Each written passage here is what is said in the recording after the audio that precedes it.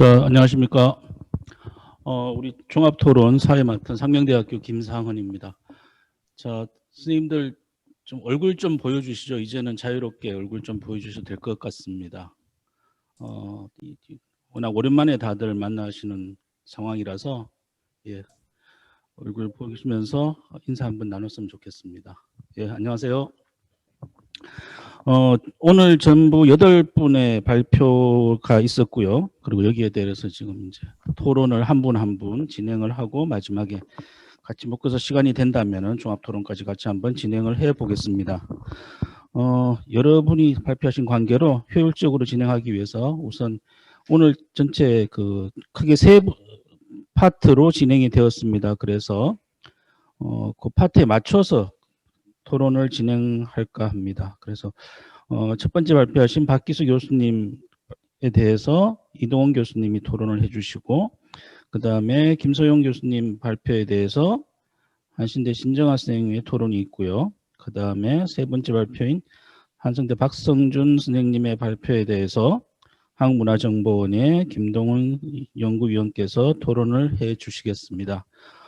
지금 6분 다 컴퓨터 앞에 계시는 거죠? 네. 네. 네, 고맙습니다. 자, 그러면 순서대로 세 분 토론 먼저 듣고 그 다음에 발표자께서 거기에 대해서 답변을 해주는 식으로 진행을 하겠습니다. 각 토론자분들은 한 5분 정도로 발표 내용을 좀 축약해서 말씀해 주시면 좋겠고요. 그 다음에 혹시 지금 토론, 그 다음에 답변이 진행이 되면서 거기에 대해서 추가적으로 지금 플로아에서 토론, 질문이 있으신 분들은 채팅창을 이용을 해서, 예, 질문을 해 주시면 좋겠습니다. 네, 그리고 마이크는 좀 음소거를 해 주시면은 진행하는데 도움이 될 것 같습니다. 네, 이동훈 선생님 부탁드립니다. 네, 안녕하세요. 가톨릭대학교 이동훈입니다.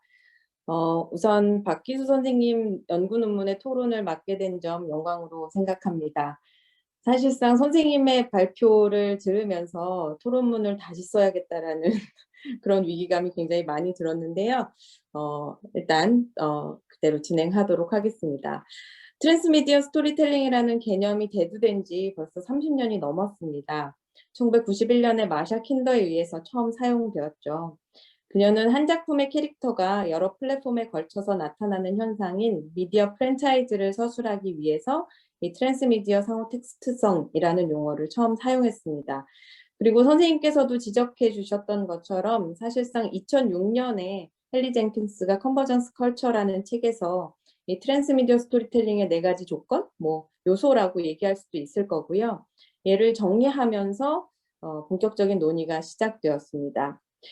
헨리 젠킨스가 트랜스미디어 스토리텔링에 대해서 언급했을 때만 해도 사실상 이 개념은 비디오 게임이나 인터넷 그리고 모바일 플랫폼이라는 새롭게 등장한 뉴미디어의 매체에 맞는 그런 적합한 기술로 인지되는 측면들이 굉장히 강했었습니다. 그렇기 때문에 ARG, 대체현실 게임이라고 불리우는 ARG 같은 장르에서 유독 두드러지게 이 트랜스미디어 스토리텔링 기술들이 적용되어서 나타나곤 했었습니다. 하지만 2012년에 마블에서 이제 어벤져스 시리즈를 등장시키면서 사실상 이 트랜스미디어 스토리텔링이라는 기술이 영화, 드라마, 만화 혹은 웹툰을 중심으로 확장되었다고 봐도 과언이 아닐 것이고요. 실질적으로 대중화된 시점도 이때부터였던 것 같습니다. 혹자는 넓고 구시대적인 개념인 OSMU의 새로운 개념으로 이 트랜스미디어 스토리텔링을 사용하고 있을 뿐 실질적으로 경제적인 이익을 추구하기 위한 목적은 동일하다라고 하면서 폄훼하기도 했었는데요. 선생님께서 지적해 주신 것처럼 실상 이 트랜스미디어 스토리텔링이라는 개념은 이 패러다임의 변화라는 측면에서 굉장히 중요하고 유의미하다고 생각합니다. 콘텐츠들은 이 트랜스미디어 스토리텔링이라는 새로운 패러다임을 접하면서 하나의 세계관이나 가치에 묶이지 않은 채로 개별적으로 모듈화되어서 캐릭터를 더 많은 스토리 세계로 확장시킬 수 있는 기회를 갖게 된 것이죠. 그래서 오리지널 스토리 역시 언제든지 다른 스토리와 결합하고 변형하고 또 영향을 서로 주고받으면서 확장해 나갈 수 있게 되었습니다. 그야말로 스토리 세계에서는 너무나도 환영받을 만한 그런 상황이 전개되고 있는 건데요.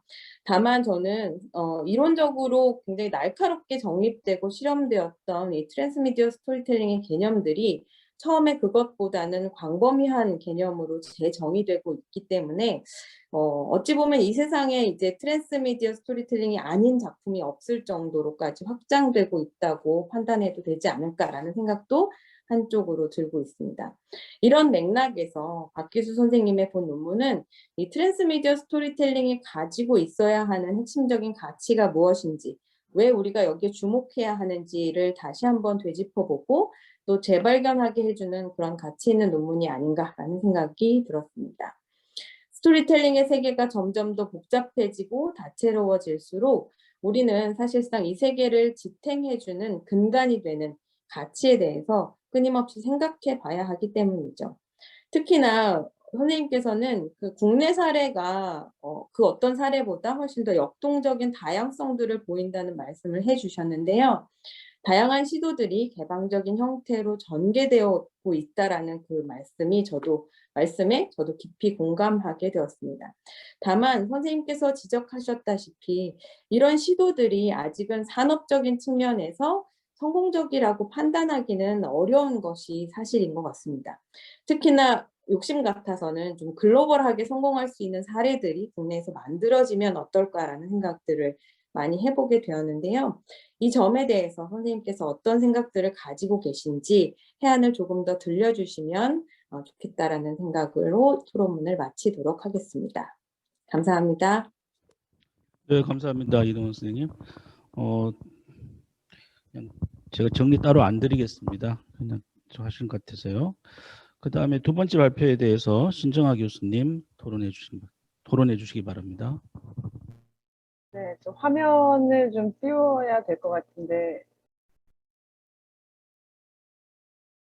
네, 감사합니다.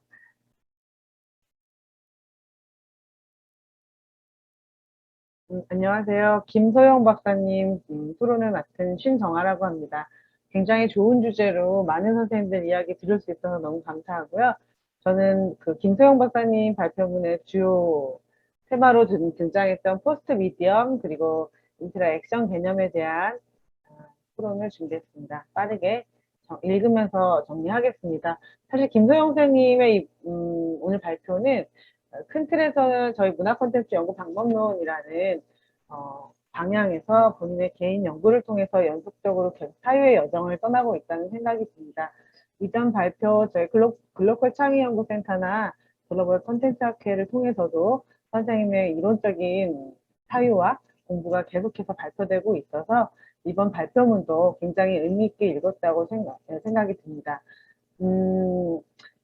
이전 발표에서 김서영 선생님이 이제 디지털 매체를 중심으로 이제 앞쪽의 트랜스미디어처럼 저희 학문도 트랜스하게 분과학문의 주기들을 넘나들어서 디지털화된 독립체를 아우르는 복잡성 사고 기반의 학문이 되었으면 한다라고 말을 하신 적이 있고, 아무래도 이번 발표에서는 디지털 가상세계에서 활동하는 탈경계 개체에 관한 연구를 좀 더 진행을 하시려고 이 발표문을 준비했을 거란 생각이 듭니다. 그래서 탈경계적 디지털 개체들의 유튜브와 구독자, 또 구독자와 구독자, 그리고 유튜브와 온라인과 오프라인, 유튜브와 인스타그램, 다양한 미디어와 개체들 간의 인터랙션을 선생님의 매체 미학적 관점에서 잘 들려주셨다는 생각이 듭니다. 다만 이제 포스트 미디엄 앞서 그 트랜스 미디어도 그렇지만 이제 포스트 미디엄이나 이런 논의들이 이제 예술 장르, 특히 미술 비평 쪽에서 이제 화두가 돼서 예술이란 과연 뭘까? 그렇다면 이 디지털 시대 또는 당대성이나 동시대성이 강할 때, 그래서 그렇다면 선생님의 연구정 안에서 우리 문화 콘텐츠란 무엇일까?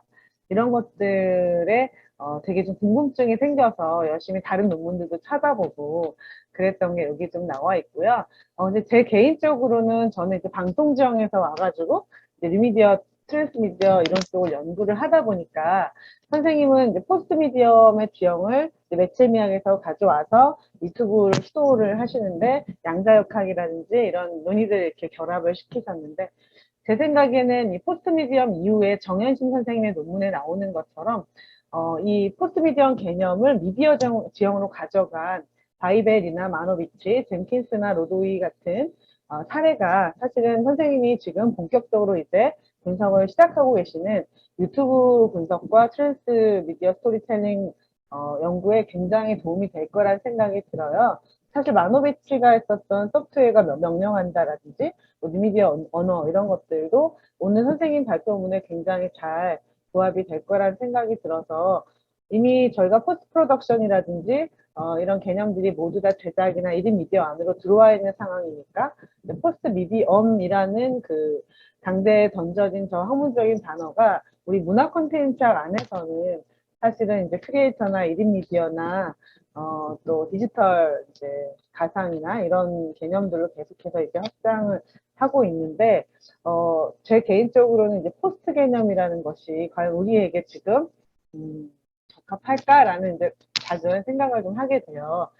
왜냐하면 포스트는 일단 모더니즘 이후에 일어난 일인데 우리 같은 경우는 사실 디지털이라든지 디지털 문화가 어떤 모던을 성취시켰다라고 보기에는 기술적인 속도는 빠르지만 그에 비해서 문화적인 형식이 아직 디지털 모던도 규명이 되지 않았다. 그래서 디지털 모던 안에서 주체라든지 타자라든지 관계성, 윤리성 이런 것들이 규명이 된 다음에 포스트 모던을 디지털 안에서 이야기해보는 것도 방법이 아닐까라는 생각이 들어서 그런 이야기를 좀 썼고 그 다음에 이제 인터랙션 개념을 좀 자세히 다른 논문 한 두어 편 읽어보니까 사실은 물질과 비물질 그리고 보이는 것과 보이지 않은 것 내적 상호작용 이런 개념들은 요즘에 미디어 생태학 지형에서도 얘기가 많이 되고 있고 특히 저희 문화 콘텍 연구 방법론으로 한 10여 년 앞선 박기 선생님을 이제 통해서도 들었지만 저희 이기상 교수님이나 박지현 선생님, 이동환 선생님 뭐 많은 여러 이제 앞선 선배 선생님들께서 길을 밝혀두신 게 있고 또 박이분 선생님이 마지막에 쓰셨던 둥지의 철학이나 이게 한국적인 매트릭스 연구인데 또 최봉영 선생님의 주체성 연구, 또 타자 인력 이런 것들이 조금 더 결합이 되면 선생님이 지금 갖고 계시는 그 대단한 어떤 복잡성 사고의 학문을 우리 문화 콘텐츠학으로 들여올 때 굉장히 우리스러우면서 또다시 글로컬로 쏘아 올릴 수 있는 깊이를 선생님한테 드릴 수 있을 거란 생각이 들어요.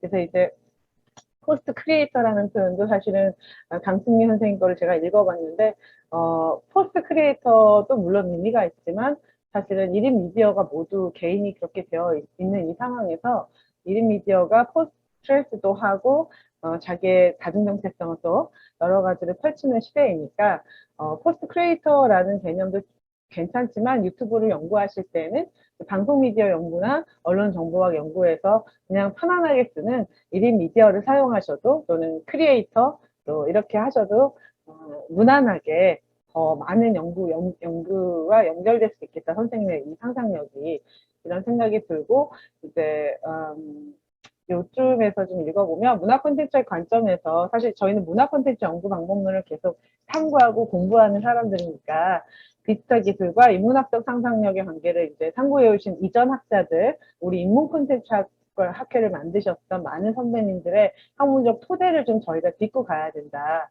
그래서 외국 학자들도 굉장히 중요하지만 저도 항상 잊지 않으려고 노력하고 특히 인문 콘텐츠 학회에서 발행되는 많은 논문 안에 담겨져 있는 우리 콘텐츠학 연구자들의 어떤 결들을 서로가 좀 이렇게 잘 해석해서 끌어갔으면 하는 좀 바람이 들기도 합니다.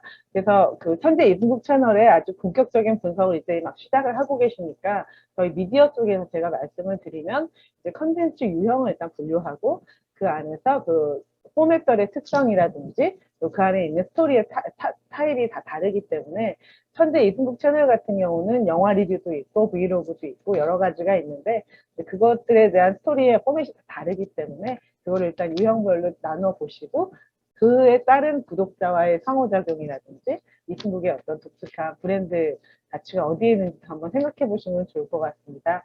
그래서 발표문에서 현대 콘텐츠 유형 분류와 이제 그런 것들이 좀 더 들어가면 훨씬 더 좋을 것 같고 이제 마지막으로 인터넷 에스노그래피의 관점을 좀 시도하신다고 했는데 보통 에스노그래피는 현장에 가서 관찰하고 참여하고 하는 건데 인터넷에서 참여 관찰을 하는 소셜미디어 연구에서는 댓글 분석하고 그다음에 이제 방송 내용, 라이브 분석 이런 것들이 같이 진행이 되다 보면 이제 자연스럽게 그 안에 선생님이 참여자로, 관찰자로, 구독자로, 팬덤으로 활동을 하면서 그 지형을 그대로 연구 안에 녹여주시는 것이 굉장히 생생한 인터넷 에스노그래피가 될 거라 생각이 들고요. 제 생각에 이제 아까 말씀드린 것처럼 선생님이 지금 끌어오시는 인터랙션, 포스트 미디어, 포스트 모던도 굉장히 우리에게는 중요한 의미인데 유튜브라는 미디어와 플랫폼에 대한 우리가 연구를 할 때 놓치지 말아야 하는 그 알고리즘의 역설을 어떻게 인문학적 상상력으로 폭로하고 우리가 겉으로 보기엔 창의적으로 살아가는 것 같지만 결과적으로는 이 포털, 글로벌 포털을 위해서 노동자로 다시 전락할 수밖에 없는 이 현실이 지금 굉장히 우리에게 주어진 사명 이런 것들이란 생각이 들어서 질문을 준비해 봤는데요. 유튜브를 포스트 크리에이터로 규정하시면서 반복적 노동자에서 이제 창의적 생산자로 가고 있다라는 표현이 있더라고요. 그러니까 유튜브 플랫폼에서 활동한다는 것은 한편으로는 알고리즘의 추천과 어포던스에 충실하게 복제되는 것을 의미하기도 하기 때문에 사실은 유튜브와 구독자들의 활동이 어쩌면 창의적으로 보일 것 같지만 그 알고리즘의 그 감옥 안에서 창의적인 게 아니라 획일적으로 복제되거나 기계적으로 이행하고 있는 그런 개념으로 우리가 다시 또 전락하고 있는 건 아닐까라는 생각이 들어서 선생님이 생각하시는 포스트 크리에이터로서의 유튜브의 창의적 노동이라는 건 구체적으로 어떤 내용인지 좀 궁금합니다. 네, 토론 마치겠습니다. 잘 들었습니다. 네, 감사합니다. 그다음에 세 번째 발표에 대한 토론으로 김동훈 박사님께서 토론해 주시겠습니다.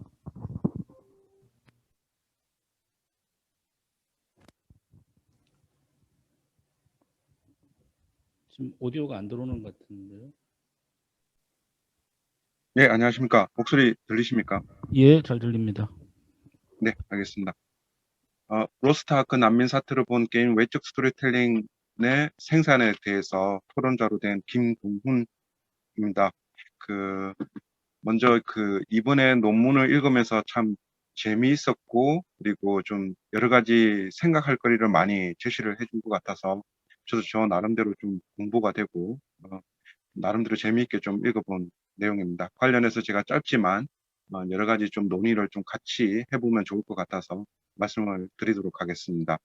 먼저 로스트아크 난민 사태는 기본적으로 그러니까 기존에 있던 게임 회사들이 게임 유저에 대한 과금 체계라든지 그다음에 확률 게임의 문제 이런 것들이 발생이 되면서 해당 게임을 탈퇴를 하고 로스트아크로 이동하면서 이제 명칭으로 나온 게 로스트아크 난민이다라고 했고요.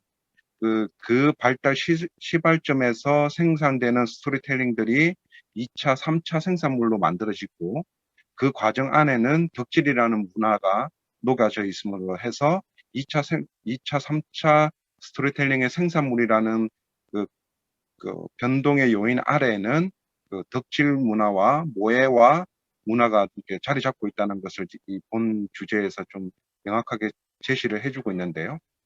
그래서 이제 저도 이제 그 부분에 대해서 이제 나름대로 읽어보면서 재미있구나라는 생각이 들긴 했습니다. 그래서 그러면 왜 이렇게 2차, 3차, 그러니까 디렉트에 대해서 덕질하고 그리고 그 덕질이 모해의 대상이 되면서 2차, 3차 생산물이 되는데 이렇게 될 수 있었던 배경이 무엇인가라는 것들을 저도 궁금하게 생각해 봤는데요. 저도 이제 첫 번째로는 이제 디지털 기술의 발전에 힘을 입어가지고 소수의 집단이 향유하고 있던 문화가 하나의 밈 형상으로 발전이 되어서 국내 또는 전 세계적으로 확산되는 형태의 디지털 미디어의 기술들이 좀 발달이 되었다는 게 첫 번째로 저는 생각이 들었고요. 그리고 이러한 디지털 기술의 미디어의 발전이 곧 우리의 소통하는 방식과 콘텐츠에 대한 범위와 창작물이라는 범위에 대해서도 좀 고려를 해봐야 되는 이런 생산 방식과 소비 방식까지도 변화시켜 왔다는 게 저도 이번 주제를 통해서 좀 많이 배우게 됐습니다. 그래서 이러한 2차 생산물들, 그다음에 스토리텔링의 외적인 생산물들이 과연 우리가 이 하나의 컨텐츠로 인정을 받을 수 있는지부터, 그다음에 이러하게 2차, 3차 생산물들이 어떻게 계속 확산이 되고, 그다음에 밈 형상으로 일어나서 새롭게 그러니까 전 세계적으로 퍼질 수 있는지에 대해서도 한번 같이 논의를 하면 좋은 주제일 것 같습니다. 그래서 제가 이제 읽으면서 크게 이제 두 가지인데요. 첫 번째로는 그 창작의 범위에 대해서 제가 좀 고민이 됐었습니다. 우리가 이제 보통 이제 창작이라고 하면 사전적 의미에서는 처음 만들어냄이라고 이제 표현이 되어 있습니다. 그거 이제 제외하더라도 우리가 이제 보통 이 그 두 가지로 보통 창작자를 구분할 수가 있는데요. 그 지금 그 토론문에 보여 있다시피 진주 귀걸이를 목걸이를 하고 있는 소녀의 작품과 초등학생이 그림을 그려놓은 작품이 두 개가 있는데요. 둘 다 이 창작 작품으로서는 그 해당이 됩니다. 그렇지만 이제 그 크게 차이가 나는 부분은 기존의 전통적인 생산에서의 창작의 범위에서는 첫 번째로는 전문가들이 그린다는 것은 이 창작품을 소비할 대상을 중점으로 두고 컨텐츠를 만들기 때문에 굉장히 보편적이고 누구나 소비할 수 있는 형태의 그 창작 활동을 거치게 됐고요. 거기에 따른 굉장한 교육과 노력과 창작의 훈련 과정들이 필요한 형태입니다. 그렇지만 우리가 덕질 문화라든지 오타쿠라든지 덕후들이 하는 활동들은 보면 내가 그 창작물의 소비가 앞으로 내가 좋아하는 것이었다는 그런 차이점이 좀 다르다는 생각이 들었습니다. 그런데 이번에 그 로스트아크의 난민 사태를 보면서 2차 생산 이 컨텐츠들이 이번에는 이제 덕후들이 만든 창작 활동들이 단순하게 내가 좋아하는 것에서 넘어서 대중적이기까지도 할 수 있겠구나라는 생각이 좀 들었고요. 거기에 관해서도 좀 같이 논의를 좀 더 했으면 굉장히 의미 있는 주제가 될 것 같습니다. 그리고 이제 두 번째 부분입니다. 그 밈이라는 활동이 결국은 2차, 3차 생작물에 대해서 우리가 컨텐츠를 인정할 수 있는 환경 조건의 그 핵심이라고 볼 수가 있는데, 그 박성준 선생님이 말씀해 주신 것과 같이 그 오타쿠의 그러니까 오스카 에이지의 오타쿠 이야기의 소비 방식은 작은 이야기와 커다란 이야기라는 이중적 구조를 통해서 소비된다라고 명확하게 말씀을 해주셨고, 그 이야기가 이 본 주제에서도 명확하게 이렇게 관통을 하고 있습니다. 먼저 작은 이야기는 특정 작품 속에서 특정 이야기를 의미하고, 커다란 이야기는 이야기의 표면에 드러나지 않는 설정이나 세계관을 의미한다고 하고 있습니다. 마찬가지로 우리가 기존에는 작은 이야기 중심으로 덕후들의 또는 오타쿠들의 이야기를 소비하는 방식이었다면 그 이제 디지털 기술과 그다음에 일반인 또는 덕후들뿐만 아니라 일반들도 그다음 대중인들도 이제 소비를 할 수 있는 환경이 만들어짐으로 해서 이것이 폭발적으로 성장할 수 있는 핵심의 요소는 그러한 작은 이야기가 커다란 이야기로 변환이 됐을 때 제2차, 3차 컨텐츠가 컨텐츠로서 인정을 받고 더 멀리 확산될 수 있지 않을까라는 생각을 하게 됐습니다. 그게 바로 밈 형상을 같이 부여가 된다는 것이고요. 그러면 결국은 기존의 소수의 그다음에 자기 중심으로 소비되어 있던 창작물들이 그러니까 일반 대중과 그다음에 창작물로서의 범위로 또는 창작물로서 컨텐츠로서 인정을 받기 시작할 수 있었던 것은 바로 작은 이야기에서 큰 이야기로 나아가는 과정. 그게 바로 금강선 디렉터가 가지고 있었던 모해화의 대상에 대한 이야기의 주제라고 볼 수 있습니다. 그러니까 기존의 오타쿠들이, 그러니까 게임 덕후들이 그 과금 체계라는 작은 이야기를 할 수 있었다고, 그러니까 하고 있었다고 생각했지만, 금강선 디렉터는 바로 이 오타쿠들 또는 덕후들이 가지고 있었던 그 세계관, 철학, 즉, 게임을 하는 사람은 단순한 소비자가 아니라 게임을 같이 만드는 창작자로서 받아들였고, 그리고 게임 유저를 단순하게 불평불만을 하는 사람으로 아니라 게임의 원동력이 되는 사람으로 받아들였다는 것이고, 그게 모해화의 대상이 되었고, 그러한 것들이 세계관과 철학관이 일반 대중한테도 소비될 수가 있었고 받아들일 수가 있었던 것 같습니다. 그래서 본 주제는 굉장히 이제 디지털 기술로 우리가 2차, 3차 주작물 또는 특히나 비주류 문화가 가지고 있었던 창작이라는 범위의 한계를 뛰어넘을 수 있었고, 그리고 그것이 전 세계적으로 퍼질 수도 있고 또 다른 새로운 콘텐츠를 만들어낼 수 있다는 좋은, 그러니까 재미있는 주제였습니다. 관련해서 이 부분에 대해서도 그 이제 제가 주장했던 부분에 대해서도 그 박선준 선생님께서도 한 번만 다시 한 번만 또 설명을 좀 해주시면 좋겠습니다. 결국은 무슨 말이냐면 아까 그 박성준 선생님께서 덕질의 주체의 특수성에서 모해화의 대상이 된다라고 했는데 저는 오히려 반대로 덕질의 주체의 특수성은 말 그대로 작은 이야기일 수 있지만 결국은 2차, 3차 생산물이 보편적으로 널리 쓰일 수 있었던 것은 바로 그 작은 이야기가 아니라 큰 이야기, 더 대상에 대해서 철학과 세계관을 건드렸기 때문에 이것이 2차, 3차 일반 대중들한테 확산되고 소비될 수 있지 않았는가라는 부분으로 저는 생각을 하고 있는데 그 부분에 대해서 한번 또 이야기를 듣고 싶습니다. 감사합니다. 네, 고맙습니다. 세 분 토론자께서 각각 그러니까 지금 그 세 분의 발표자께서 다 굵직굵직한 그 아젠다들을 던져주셨습니다. 그래서 트랜스미디어 스토리텔링, 그다음에 인터랙션, 무슨 말인지 이해하는 한참 봤습니다. 그다음에 덕질까지 이 세 가지에 대해서 추가적인 뭐 설명 내지는 또 반론 필요하실 것 같습니다. 박기수 교수님 오랜만에 뵙는 것 같습니다. 보충해서 뭐 말씀을 해주시면 좋을 것 같습니다.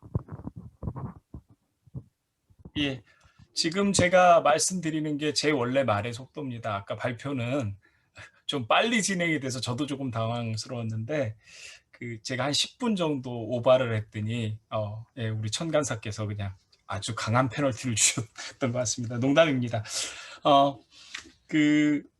먼저 오늘 모처럼 이제 학회 발표를 들으면서 느끼는 것이 우리 뭐 인문 콘텐츠 학회의 그 학문적인 정체나 지향에 대한 고민들을 학회를 할 때마다 느끼게 되는 것 같습니다.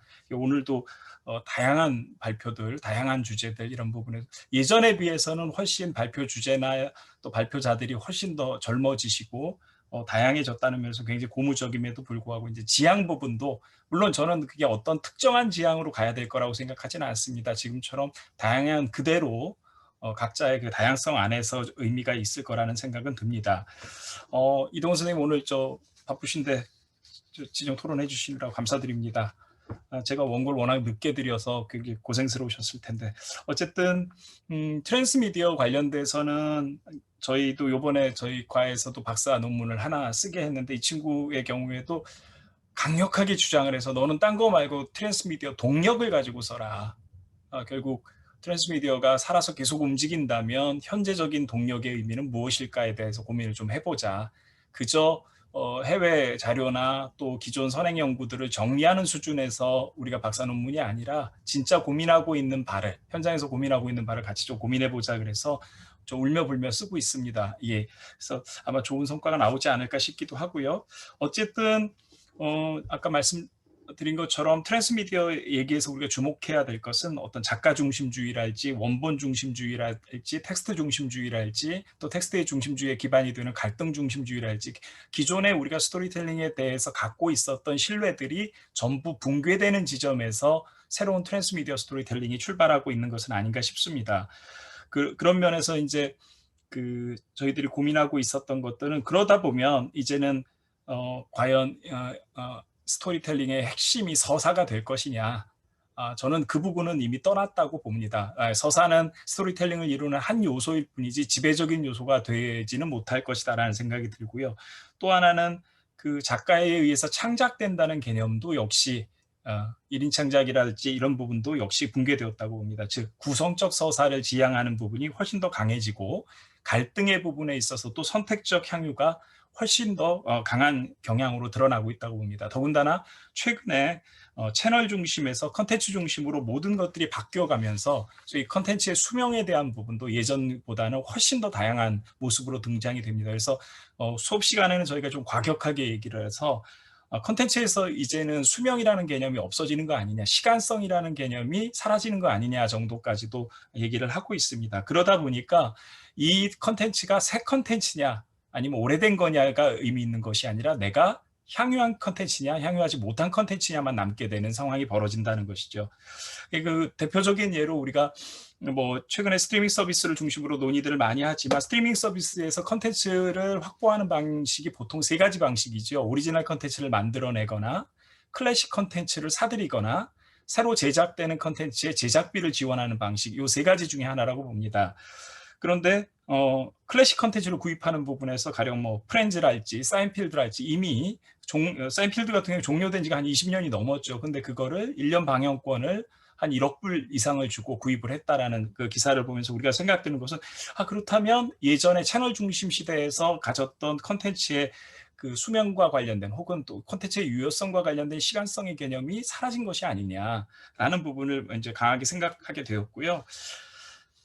또 두 번째는 그런 콘텐츠의 시간성 부분도 있고 또 계속 요즘 제 눈길을 끄는 것 중에 하나는 트랜스미디어 현상과도 맞물려 있는 것이겠지만 레거시 미디어와 뉴미디어 사이의 협력 관계입니다. 예전에는 이들이 약간 갈등 관계이고 뭐가 사라지면 등장하면 뭐가 사라질 거라는 식의 그 단순 논리로들 많이들 봤었는데 결국에는 그 뭐 레거시 미디어가 됐든 뉴미디어가 됐든 간에 그것이 경제적인 동기나 경제적인 결과와 같이 동기와 결과가 같이 맞물리면서 서로 유연한 협력 관계를 지향하고 있는 것이 아닌가 싶습니다. 그래서 최근에 유튜브 안에 들어와 있는 레거시 미디어들의 그 채널들이 얼마나 다양해졌습니까? 그리고 그 다양해진 안에서 각기 다른 전략들을 쓰고 있다는 것도 상당히 흥미롭습니다. 이게 이제 생산자 관점에서의 트랜스미디어의 동기 부분이라면 향유자 관점에서는 그 모든 부분에서 훨씬 상대적으로 자유로워진 놀이성이랄지 자발성이랄지 체험 기반의 그러한 어떤 동기들로 두 개가 상호 조합을 이루면서 상호작용을 벌이고 있다는 면에도 조금 주목을 해봐야 될 것 같습니다. 아까 이동훈 선생님께서 질문을 해주신 부분에 대해서 사실은 그렇게 저희가 아주 클리어한 답을 가지고 있지는 못하겠지만 아마 이렇게 예측은 할 수 있을 것 같습니다. 예전처럼 우리 나라에서 개발된 우리나라의 컨텐츠가 해외로 나가는 혹은 우리나라 플랫폼들이 해외로 나가서 뭐 트랜스미디어를 해서 성공할 수 있는 이런 것들에 대한 부분들이 굉장히 선택적으로 주어지는 것처럼 우리는 생각했는데 이제는 이게 아까 말씀드린 대로 협력적인 관계로서 어떻게 그 서로 코업을 해나갈 것인가에 조금 더 초점을 맞추는 것이 조금 더 생산적인 관점이 아닐까 싶습니다. 왜 그런 말씀을 드리냐면 우리가 넷플릭스나 디즈니 TV나 HBO Max나 이런 식의 그 스트리밍 서비스들이 승자 독식으로 한 놈만 남을 거라는 생각을 계속했었습니다. 근데 이들이 각자의 성격에 따라서 일정 부분 지분을 쉐어하고 있다는 것도 굉장히 흥미롭고요. 두 번째는 아까도 말씀드렸지만 아마존 같은 경우에 아마존 프라임 회원들에게 아마존 프라임 비디오를 제공해 줌으로 해서 소위 말하는 락인 효과를 가져가고 있다는 것도 흥미롭습니다. 또 그거를 쿠팡이 그대로 흉내내고 있다는 것도 흥미롭고 쿠팡의 경우에는 그때 컨텐츠에 있어서 주 타겟이 되고 있는 주부들을 대상으로 한 교육용 컨텐츠를 먼저 제공하고 있다는 것도 굉장히 재밌었습니다.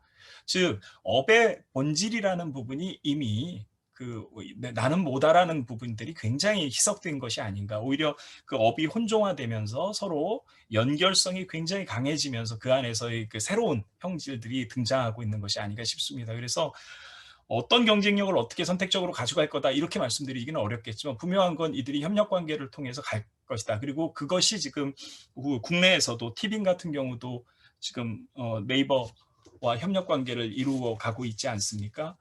예전 같으면 그렇게 보기 어려울 겁니다. 근데 이제는 그런 부분적인 협력들을 가져가고 있습니다. 한 가지 객담을 말씀드리면서 얘기를 끝낼까 하는데요. 저희 1학년 학생들, 막 들어온 학생들한테 과제로 내준 것이 이제 티빙을 분석해서 티빙의 경쟁력에 대해 경쟁력을 제고할 수 있는 방안을 찾아라가 이번에 ICPB의 저희 과제인데 굉장히 흥미로운 시도들을 많이 하더군요, 학생들이.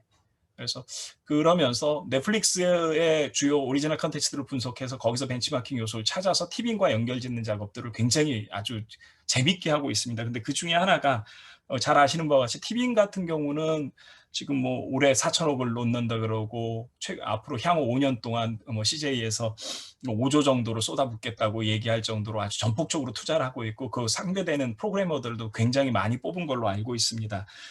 그런데 이제 티빙을 잘 분석해 보시면 아시겠지만 이 대부분이 60% 이상이 예능 콘텐츠입니다. 그리고 거의 80% 이상이 국내 콘텐츠고요. 근데 이게 약점이 아니라 이 친구들은 강점이라고 보는 거죠. 그렇다면 그 강점을 조금 더 극대화할 수 있는 방법 뭐 없겠는가? 넷플릭스가 표준 모델이 아니다라고 이제 우리 새로운 세대들은 보더군요. 그래서 그 얘기를 들으면서 저도 이제 이번 주 내내 피드백을 하면 그 생각이 들었습니다. 우리가 생각하는 것 같이 이렇게 목적 중심적으로 잘 일괄적으로 이렇게 가고 하나의 색깔을 내고 가는 그 컨텐츠의 시장이 그렇게 가지는 그렇게 가지는 못할 거다라는 생각이 강하게 들고요.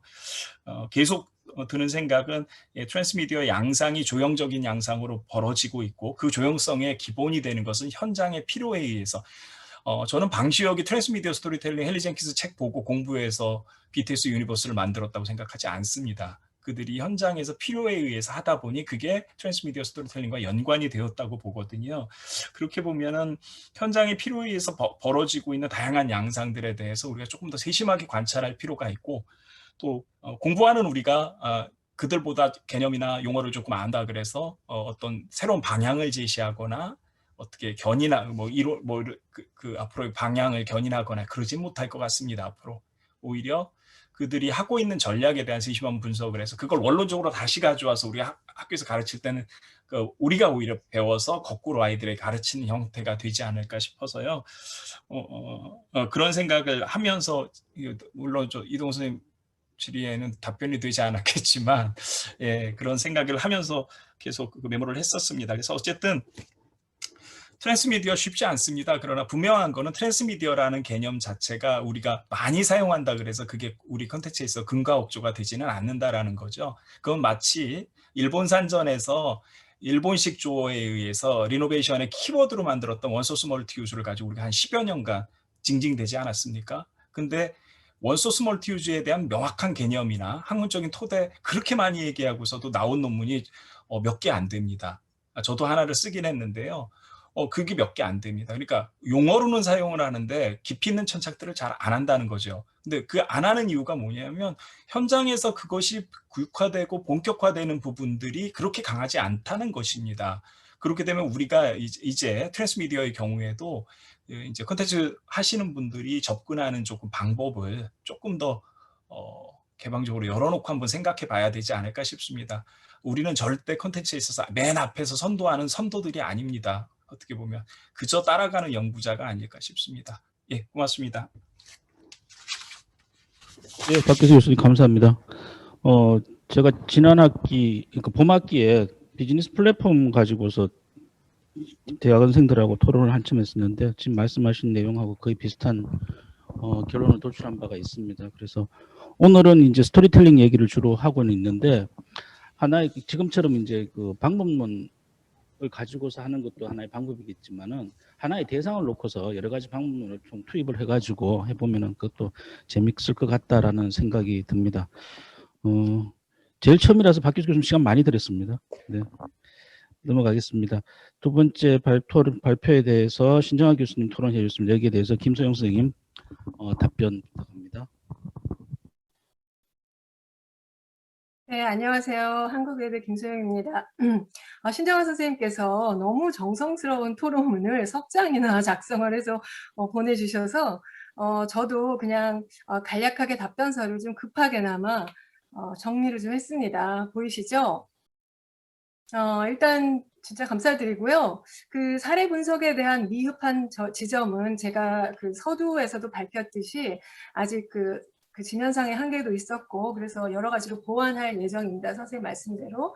네, 감사드리고요. 그 다음에 그 몇 가지 이제 문제점을 던져주셨는데 포스트 미디엄 조건이라는 걸 이제 그 미학적 개념으로부터 차용한 이유가 사실은 이 용어를 가장 먼저 사용한 학자가 크라우스이기 때문에 저는 그 개념을 명백히 밝힐 필요가 있다고 생각을 했고 그 다음에 지금 말씀하시는 레프 마노비치나 피터 바이블 같은 학자는 제가 지금 아직 여전히 공부를 하고 있습니다. 그래서 그 처음에 이 개념을 만든 사람과 그리고 미디어적인 입장을 좀 잘 녹여서 다시 한번 좀 반영을 할 생각이고요. 그 다음에 이제 그 포스트라는 그 접두사에 대해서 조금 의견을 제시해 주셨는데 저는 개인적으로 이 포스트가 모던과의 단절이 절대 아니라고 생각하고 우리가 이미 알다시피 포스트 모던이라는 것은 모던을 해체하고 극복하고 이어받는 대안적 흐름이라고 보기 때문에 지금 급격한 첨단 기술 발전으로 야기된 이 디지털 생태계는 전통적 모던과는 분명히 다른 것이고 또 그래서 그것을 통해서 포스트 모던을 통해서 또는 포스트 미디엄을 통해서 모던적 한계를 극복해 나가는 것이 연구자로서 좀 바람직하지 않을까 이런 생각이 들었고요. 여기서 제가 잊어버리기 전에 꼭 말씀드리고 싶은 게 있는데 오늘 안승범 선생님도 그렇고 김상원 선생님도 그렇고 인터랙션이라는 용어를 이제 처음 접하시고 여러 가지 말씀을 하셨는데 사실 저도 그 용어를 얼마 전에 이제 그 상호성 개념을 보면서 거꾸로 제가 안 개념이에요. 그래서 그분이 쓴 책을 이렇게 보다가 발견을 했고 그 다음에 또 그분이 물리학자이고 페미니스트이기 때문에 기본적으로 그 개념은 과학 실천을 이해하기 위한 여성주의적 개념입니다. 그래서 사실상 제가 이 논문의 디지털 매체를 다루면서 그 개념을 확장해서 쓰는 것이 과연 바람직할 것인가에 대해 고민도 있었지만 저는 이전 발표문에서도 말씀드렸지만 이 문화 콘텐츠 학이야말로 그야말로 여러 분과학문들을 통합적으로 넘나드는 복합성 사고를 지향해야 된다고 생각하기 때문에 문제를 많이 지적을 하실 것 같았지만 그럼에도 불구하고 용기 있게 사용한 용어고요. 아직까지 제가 보니까 국내 선행 연구도 여성 과학자와 페미니즘을 연결한 한 3편, 4편 정도의 논문밖에 없었습니다. 이거를 제가 조금 더 치밀하게 공부를 해서 논문에 반영을 해야 되겠다고 생각이 오늘 다시 들었습니다. 책임감이 많이 느껴졌습니다. 네, 그리고 신정호 선생님께서 그 한국의 국내 아주 훌륭한 선행 연구를 많이 활용을 했으면 좋겠다. 그 말씀 동감하고요. 다만 제가 여기서 다루는 게 비록 한국인이 유튜버로 활동하는 1인 미디어 채널이지만 디지털 플랫폼인 유튜브야말로 가장 글로벌한 플랫폼이라고 저는 생각을 하고 그러한 가장 글로벌한 디지털 플랫폼인 유튜브를 분석하는데 해외 선행 연구도 필히 동반되어야 된다고 생각합니다. 왜냐하면 구독자에도 외국인이 있고 그다음에 이 유튜버가 인터뷰를 한 유명 인터뷰이들 중에도 외국인들이 많거든요. 그래서 국내외 선행 연구가 조화롭게 잘 적용이 돼야 되지 않을까 이렇게 생각을 하고요. 마지막 선생님께서 던지신 질문에 대한 대답을 간단히 드리겠습니다. 1인 미디어로서 유튜버 자체를 포스트 크리에이터라고 칭하면서 제가 반복적 노동자에서 창의적 생산자라고 명명한 이유는 선생님 말씀하신 대로 알고리즘과 어포던스의 지배를 유튜브 플랫폼이 강하게 받고 있는 것은 사실이고 저도 충분히 공감을 하지만 제가 다룬 이 유튜브 채널, 특별히 이 채널을 선정한 이유는 기존의 채널과 아주 다른 아까 제가 말씀드린 그런 속성들을 보여주고 있고요. 그 다음에 또 이 채널의 유튜버는 현실 세계에 자신을 매개해서 모든 일상을 자신의 채널로 이동시키면서 새롭게 창작해내는 아까 제가 인용했던 그 하나의 작가, 복수의 페이지를 새롭게 생산해내는 창의적 생산자, 포스트 크리에이터라고 저는 보았기 때문입니다. 예, 이 정도로 답변을 드리고 싶고요. 부족한 글에 좋은 의견 주신 선생님께 감사드립니다. 이상입니다. 네, 고맙습니다. 박성준 선생님, 바로 진행해 주시죠. 네, 안녕하세요. 로스타크 난민 사태를 본 게임 외적 스토리 생산의 발표를 한 박성준이라고 합니다. 네, 김동근 선생님의 그 논평을 참 좋게 말씀해 주셔서 감사드리고요. 네, 뭐 시간이 많이 없는 것 같아서 그 김동근 선생님이 그 마지막에 그 말씀하셨던 그 2차, 3차 생산물과 터키를 주체 모해와 관련해서 이 소비 방식을 그 큰 이야기와 작은 이야기로 나누어서 그 물어보셨는데 제가 그래서 이야기하고자 했던 부분은 모해화 되는 것은 결국 모해화라는 것이 욕망의 대상의 그 욕망 자체를 어떤 시각이나 아니면 다른 의미로 단순화시켜서 그것들을 캐릭터화 한다라고 저는 이해를 하고 그런 방식에서 보았을 때 결국에는 그 큰 이야기 아까 그 김덕훈 선생님 말씀하셨던 어떤 욕망 자체의 어떤 철학 그러니까 게임 운영 방식의 철학이나 운영 소통 방식에 대한 어떤 것들을 그 게이머들이 가지고 있었고 그거에 대한 모해화로서 사실 덕질하기가 나타나고 캐릭터화 된다라고 이야기를 들었었던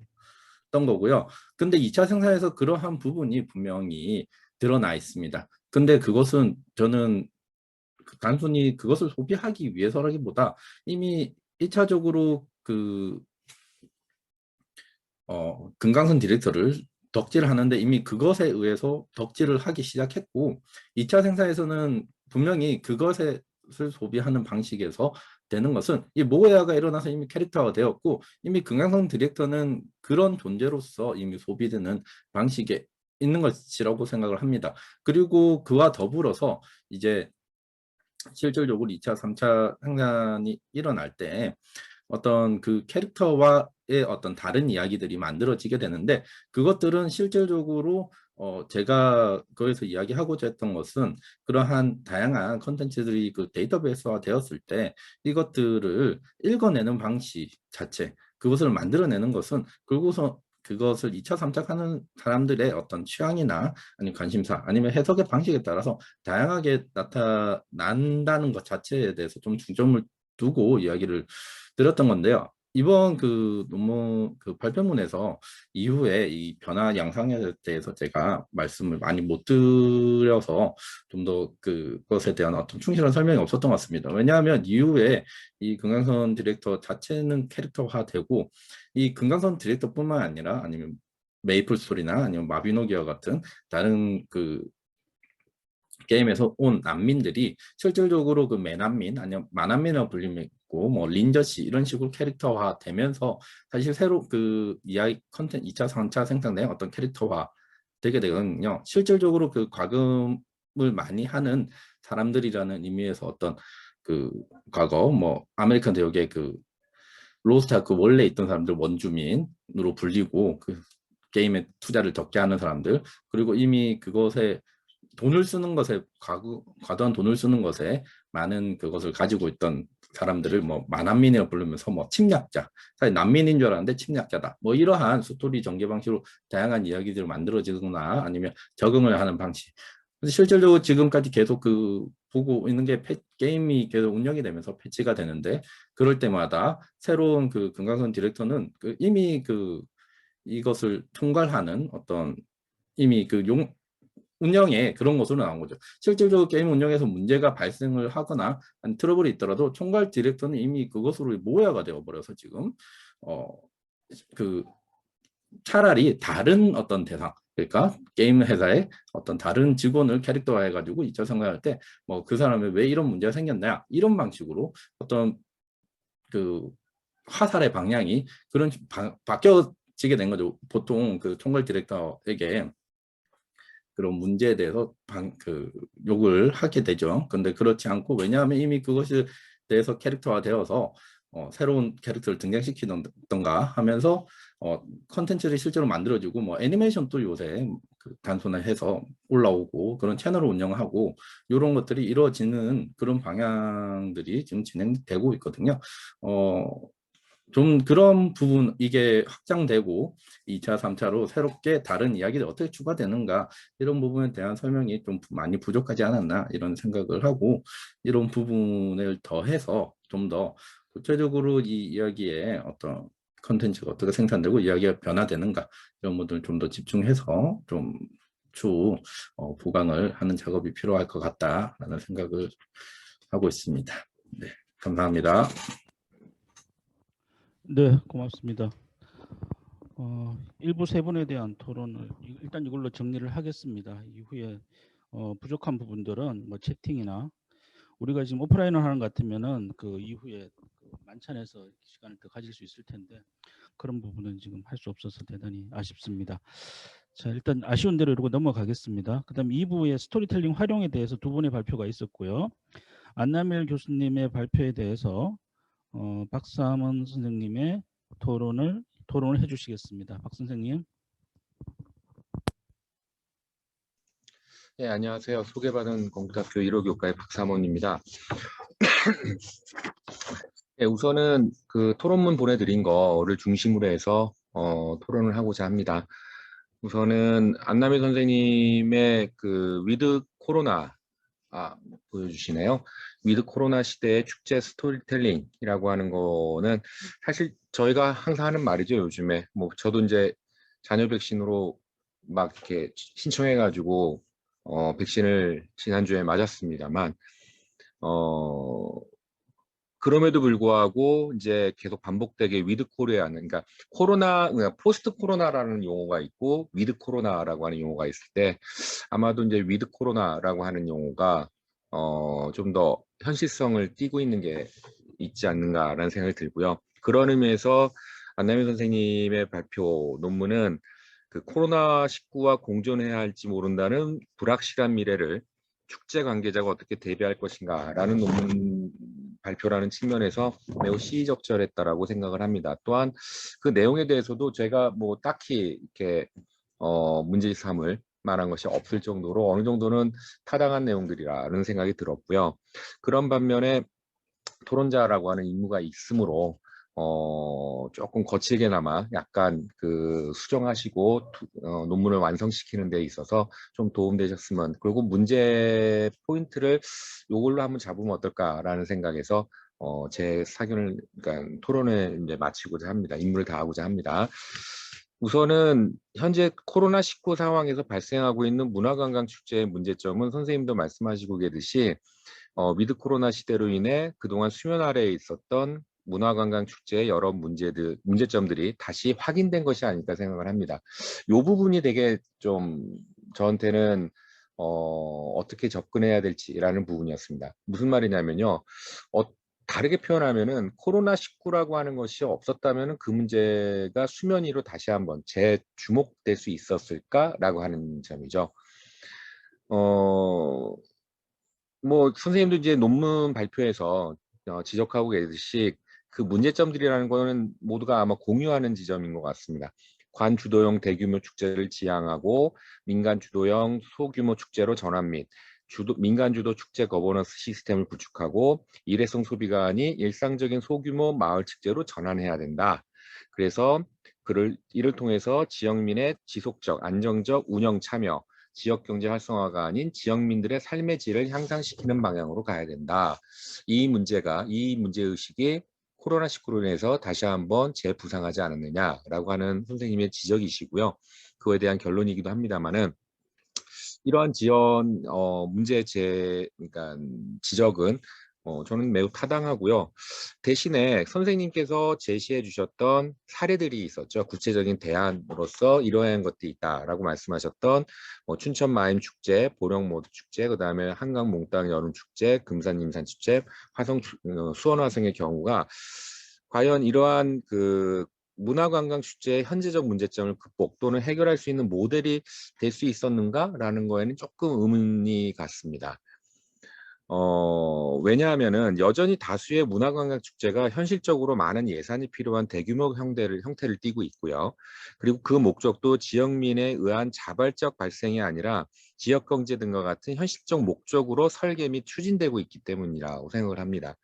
그렇다면 대안은 무엇인가라고 물어보신다면, 거꾸로 저에게 물어보신다면 저 또한 뭐 뾰족한 수는 없습니다만, 한 가지 분명한 것은 문화관광 축제가 코로나19 이전의 시대와 동일한 형태로 되돌아갈 수 있을지 여부에 대한 많은 전문가들은 에 대해서 많은 전문가들이 이구동성으로 돌아갈 수 없다고는 말을 하지만, 과연 그 돌아갈 수 없다라는 것이 무엇으로 돌아갈 수 없다라는 것인지가 좀 불명확하지 않은가라는 생각이 듭니다. 다시 말해서 그것이 기술적 측면을 말하는 것인지 아니면 공동체라는 축제 본연의 성격과 관련된 것인지가 좀 명확하지 않다. 이런 의미에서 선생님께서 제시해 주신 사례와 그리고 위드 코로나라고 하는 차원에서 다시 한번 문제 제기되고 있는 이거를 제시되고 있는 내용에 대해서 극복의 방식으로 제시됐던 내용은 사실은 위드 코로나가 아닌 상태에서도 항상 지적됐던 내용들은 아니었는가라는 생각이 듭니다. 개인적인 제 소견으로는 그 돌아갈 수 없다라는 것이 어디까지나 기술적 측면에 대한 대중적 경험이지 공동체라는 축제 본연의 성격은 아니라고 생각합니다. 이미 한국의 문화관광 축제 대부분이 공동체에 기초하는 자발적이자 역사적인 성격의 축제라기보다는 지자체에 의한 자의적 이거나 비역사적 성격의 축제가 다수를 점하고 있기 때문입니다. 물론 이런 측면이야말로 오히려 한국에서 문화관광 축제의 수가 급속도로 증가한 이유이기도 합니다. 그렇다면 결국 위드 코로나 시대에 준비해야 하는 대안은 1차적으로 기술적 측면의 보완 및 개발이 아닐까, 오늘도 이제 계속적으로 일부에서도 나왔던 내용들이긴 합니다만 기술의 발전이라고 하는 것과 그것이 이제 뭐 각각 개개인의 소통이라는 거 그리고 문화 콘텐츠의 어떠한 그 개발이라고 하는 측면하고도 연결되긴 합니다만 축제라고 하는 것 또한 대면이 기본이 되고 그다음에 공동체라고 하는 어떤 발현이라는 것이 전제가 되긴 합니다만 이것이 위드 코로나로 촉발된 비대면이라고 하는 테크놀로지의 변화 그것을 일상화를 시켜버렸거든요. 그랬을 때 그 기술적인 변화라고 하는 것이 어떻게 이 축제라고 하는 공간에 좀 더 밀접하게 이제 이렇게 좀 익숙해진 오늘도 이제 계속 이렇게 비대면 회의를 학술대회를 쭉 이렇게 이어나가는 것이 낯설지 않게 된 요 순간을 이러한 어떤 경험을 위드 코로나 시대의 축제에서는 어떻게 구현할 것인가 라고 하는 부분이 있을 것 같습니다.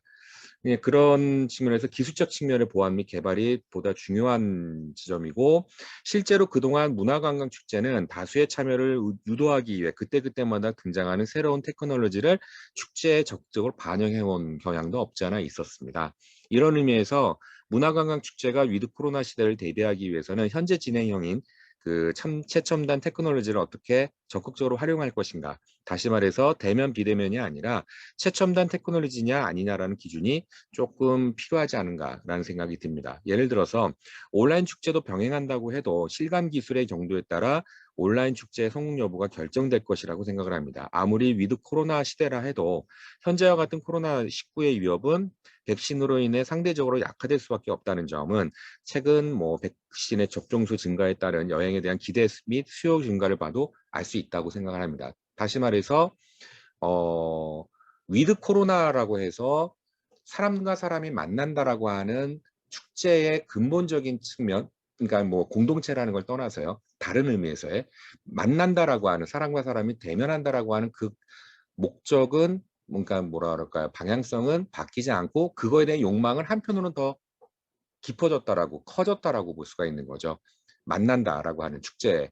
대신에 또 한편으로는 그 반면에 위드 코로나라고 하는 거의 특징은 이렇게 말도 안 되고 좀 별 의미도 없을 것 같고 재미도 없을 것 같았던 이 비대면이라고 하는 것이 거의 1년 반 이상, 2년에 가깝게 진행이 되고 경험을 하면서 나름대로 이것도 나쁘지 않네? 그러면 요거를 활용한 어떤 무엇인가가 있을 수 있겠네? 라고 생각하기 시작했다라는 거고 그거는 관계자, 주최자만이 아니라 소비자들도 그거를 받아들였다라고 하는 것이죠. 그게 위드 코로나의 어떠한 포인트가 아닌가 싶었을 때 그거를 링크시킬 수 있는 방식은 기술적인 발전, 그러니까 실감할 수 있는 뭐 보다 고첨단의 어떠한 테크놀로지적인 어떠한 그 접목이 위드 코로나 시대에서는 좀 더 요청되는 것이 아닌가 축제에서는 라는 분야에서는 그런 생각이 들었습니다. 예, 이상입니다. 네, 고맙습니다. 그다음에 그 5번째 발표 테마파크의 스토리텔링에 대해서 유동환 교수님 토론해 주시겠습니다. 네, 토론 맡은 유동환입니다. 소리 잘 들리시나요?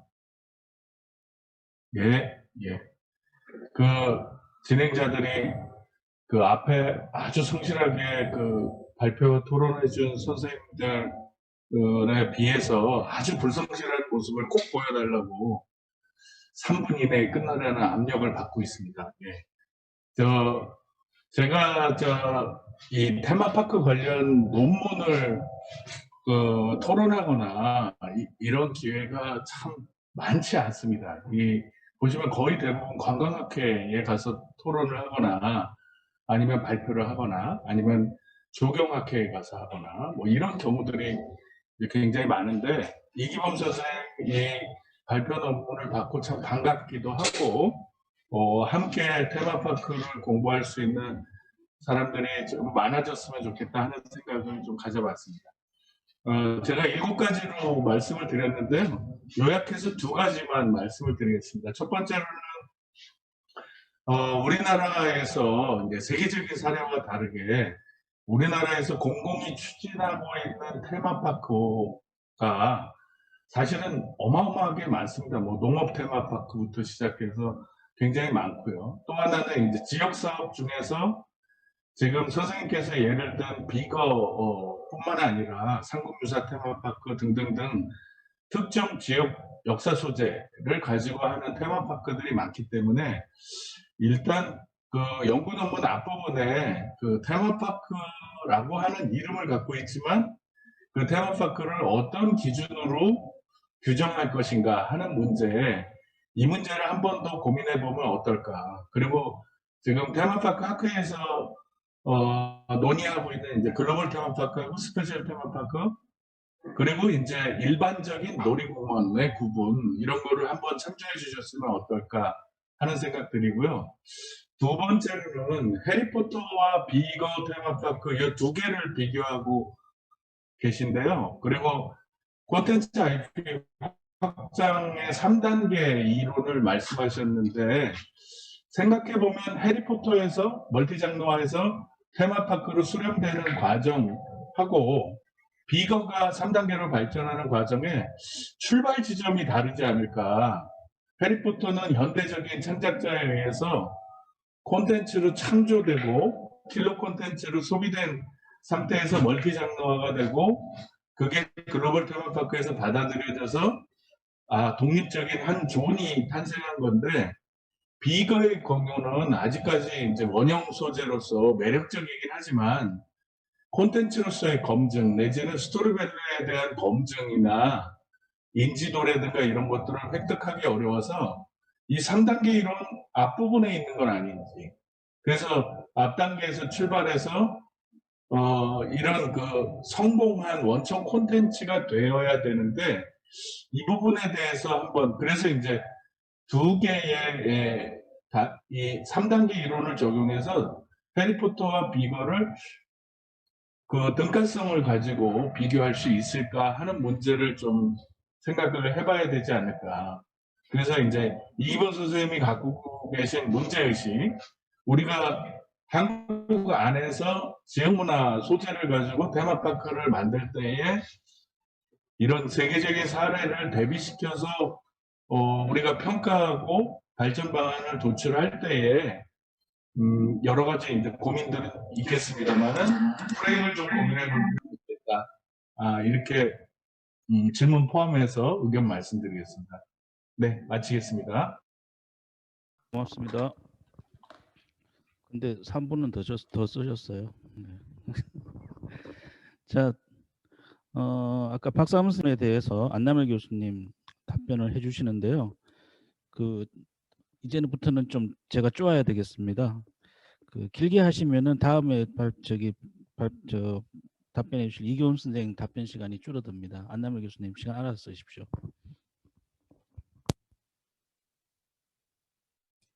예, 박사 선생님 질문에 대한 답변을 드리도록 하겠습니다. 지금 문제는 박사 선생님과의 공통점은 지금 코로나로 인해서 저희 축제 현장에 계신 분들이나 또 축제 종사하신 분들의 그동안 수면 아래 내려왔던 문제점들이 수면 위로 올라갔다는 것에는 지금 목소리 들리십니까? 네, 들립니다. 예. 문제점에는 같은 생각을 갖고 계신 것 같고요. 저 역시 위드 코로나 시대라고 하더라도 이 축제 본연의 의미, 공동체는 바뀌지 않을 거라고 하는데 동의를 합니다. 다만 축제의 방식들이 바뀐다는 점에 제가 이제 주목을 했고요.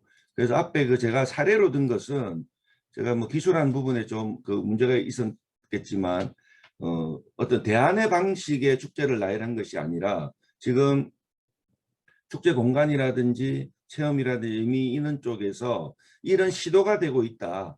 근데 이런 시도들이 과연 적당한가라는 부분은 제가 아직 판단 유보를 한 상태입니다.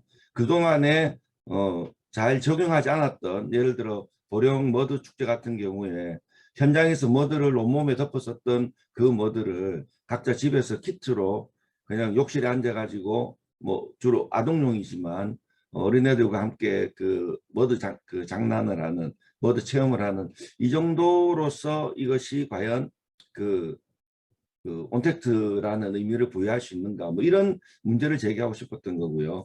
그 다음에 그 수원 화성 같은 경우도 같은 맥락이죠.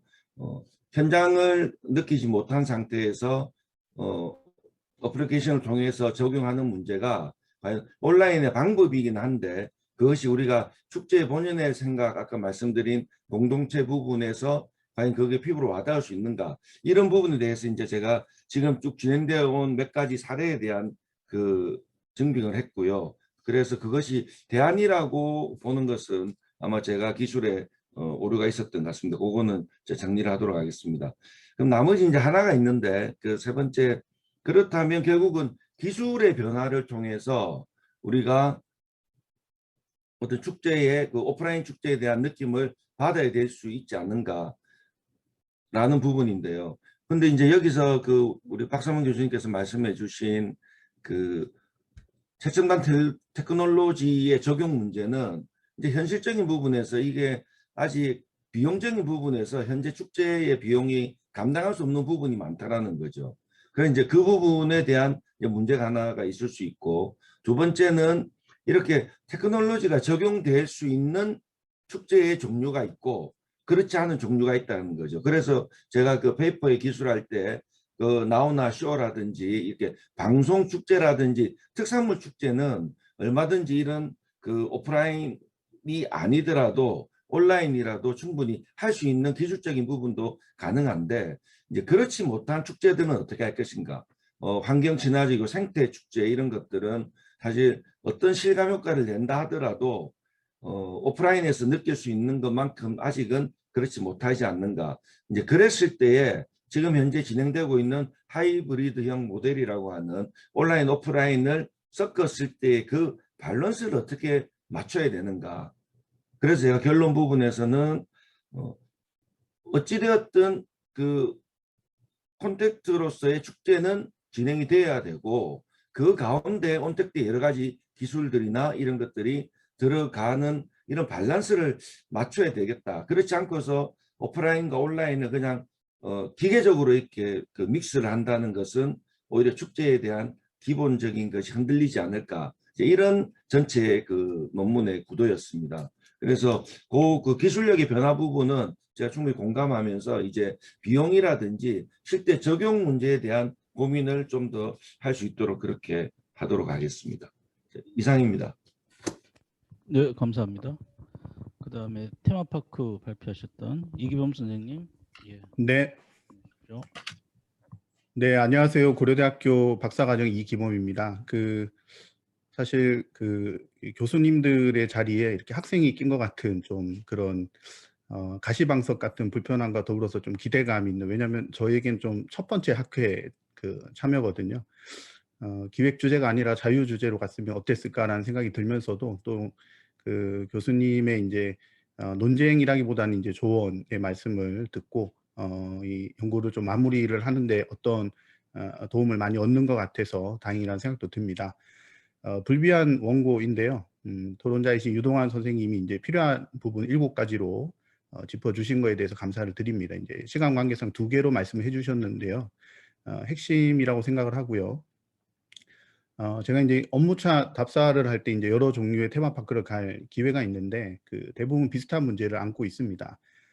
무엇이 문제인가, 또 무엇을 놓치고 있는가, 이제 이런 고민들이 자연스럽게 들었고, 이제 본 연구는 뭐 이 지점에서 시작되었다라고 할 수가 있습니다. 근데 다만 말씀하신 것처럼 이제 테마파크 종류 성격들이 정말 뭐 좋게 말해서 다채롭고요. 아니면 정말 이제 그 성격에 맞지 않는 것까지 명칭으로서 테마파크가 다 쓰일 만큼 굉장히 많은데, 이런 것들에 대한 이제 답을 좀 구하려고 하다 보니 자세히 들어가기는 좀 쉽지가 않고요. 뭐 초반에 박기수 선생님 표현하신 대로 이제 조건값의 최소화 측면에서 테마파크 설립 과정상에 이제 필요한 단계를 나름대로 3단계 정도로 설정했고, 그 핵심으로 이제 그 해리포터 테마파크의 IP 확장 과정을 사용을 했습니다. 근데 이제 그 과정에 이제 몇 가지 문제를 제대로 풀지 못한 채로 이제 논지를 제가 전개를 하다 보니, 뭐 인용 자료에 대한 이제 비판적 해석 또는 이제 주장 근거나 개념 용어 혼용, 또는 이제 뭐 토론자님뿐만이 아니라 그 사회자님도 이제 아까 말씀해 주셨던 비교 대상의 등가성 등등의 문제들이 좀 이제 노출되었고 저도 좀 인식을 하고 있었습니다. 뭐 그렇기 때문에 유동환 선생님의 이제 질문은 정확히 이 부분 잘 지적해 주신 걸로 생각을 하고요. 우선 연구 모형 설계 사항이 이제 비교 모형이 아니라 벤치마킹의 사례로 활용하는 것에 대한 부분이 이제 저도 이제 제일 많이 고민을 했던 부분이고요. 이제 등가성 부분이기도 하죠. 결과적으로 이제 제일 후회가 되는 약간의 지점이기도 합니다. 등가성이 일단 가능할까 이런 고민들을 좀 많이 했고요. 그리고 이제 나가서 등가성이 꼭 필요한 것인가에 대한 고민도 했는데 좀 이제 마무리되지 않은 지점에서 이제 논의가 전개되다 보니 좀 다소 무리가 있지 않았나 생각을 하고요. 말씀해 주신 대로 이제 벤치마킹 사례로 접근을 했다면 풀어나가는데 좀 더 정교해지지 않았을까라는 생각을 하고 그런 의미에서 이제 유동환 선생님의 이제 벤치마킹 모형 연구 제안에 대해서는 감사하게 받아들이겠습니다. 이제 세부적인 내용 이제 간단히 몇 개만 말씀을 드리면요.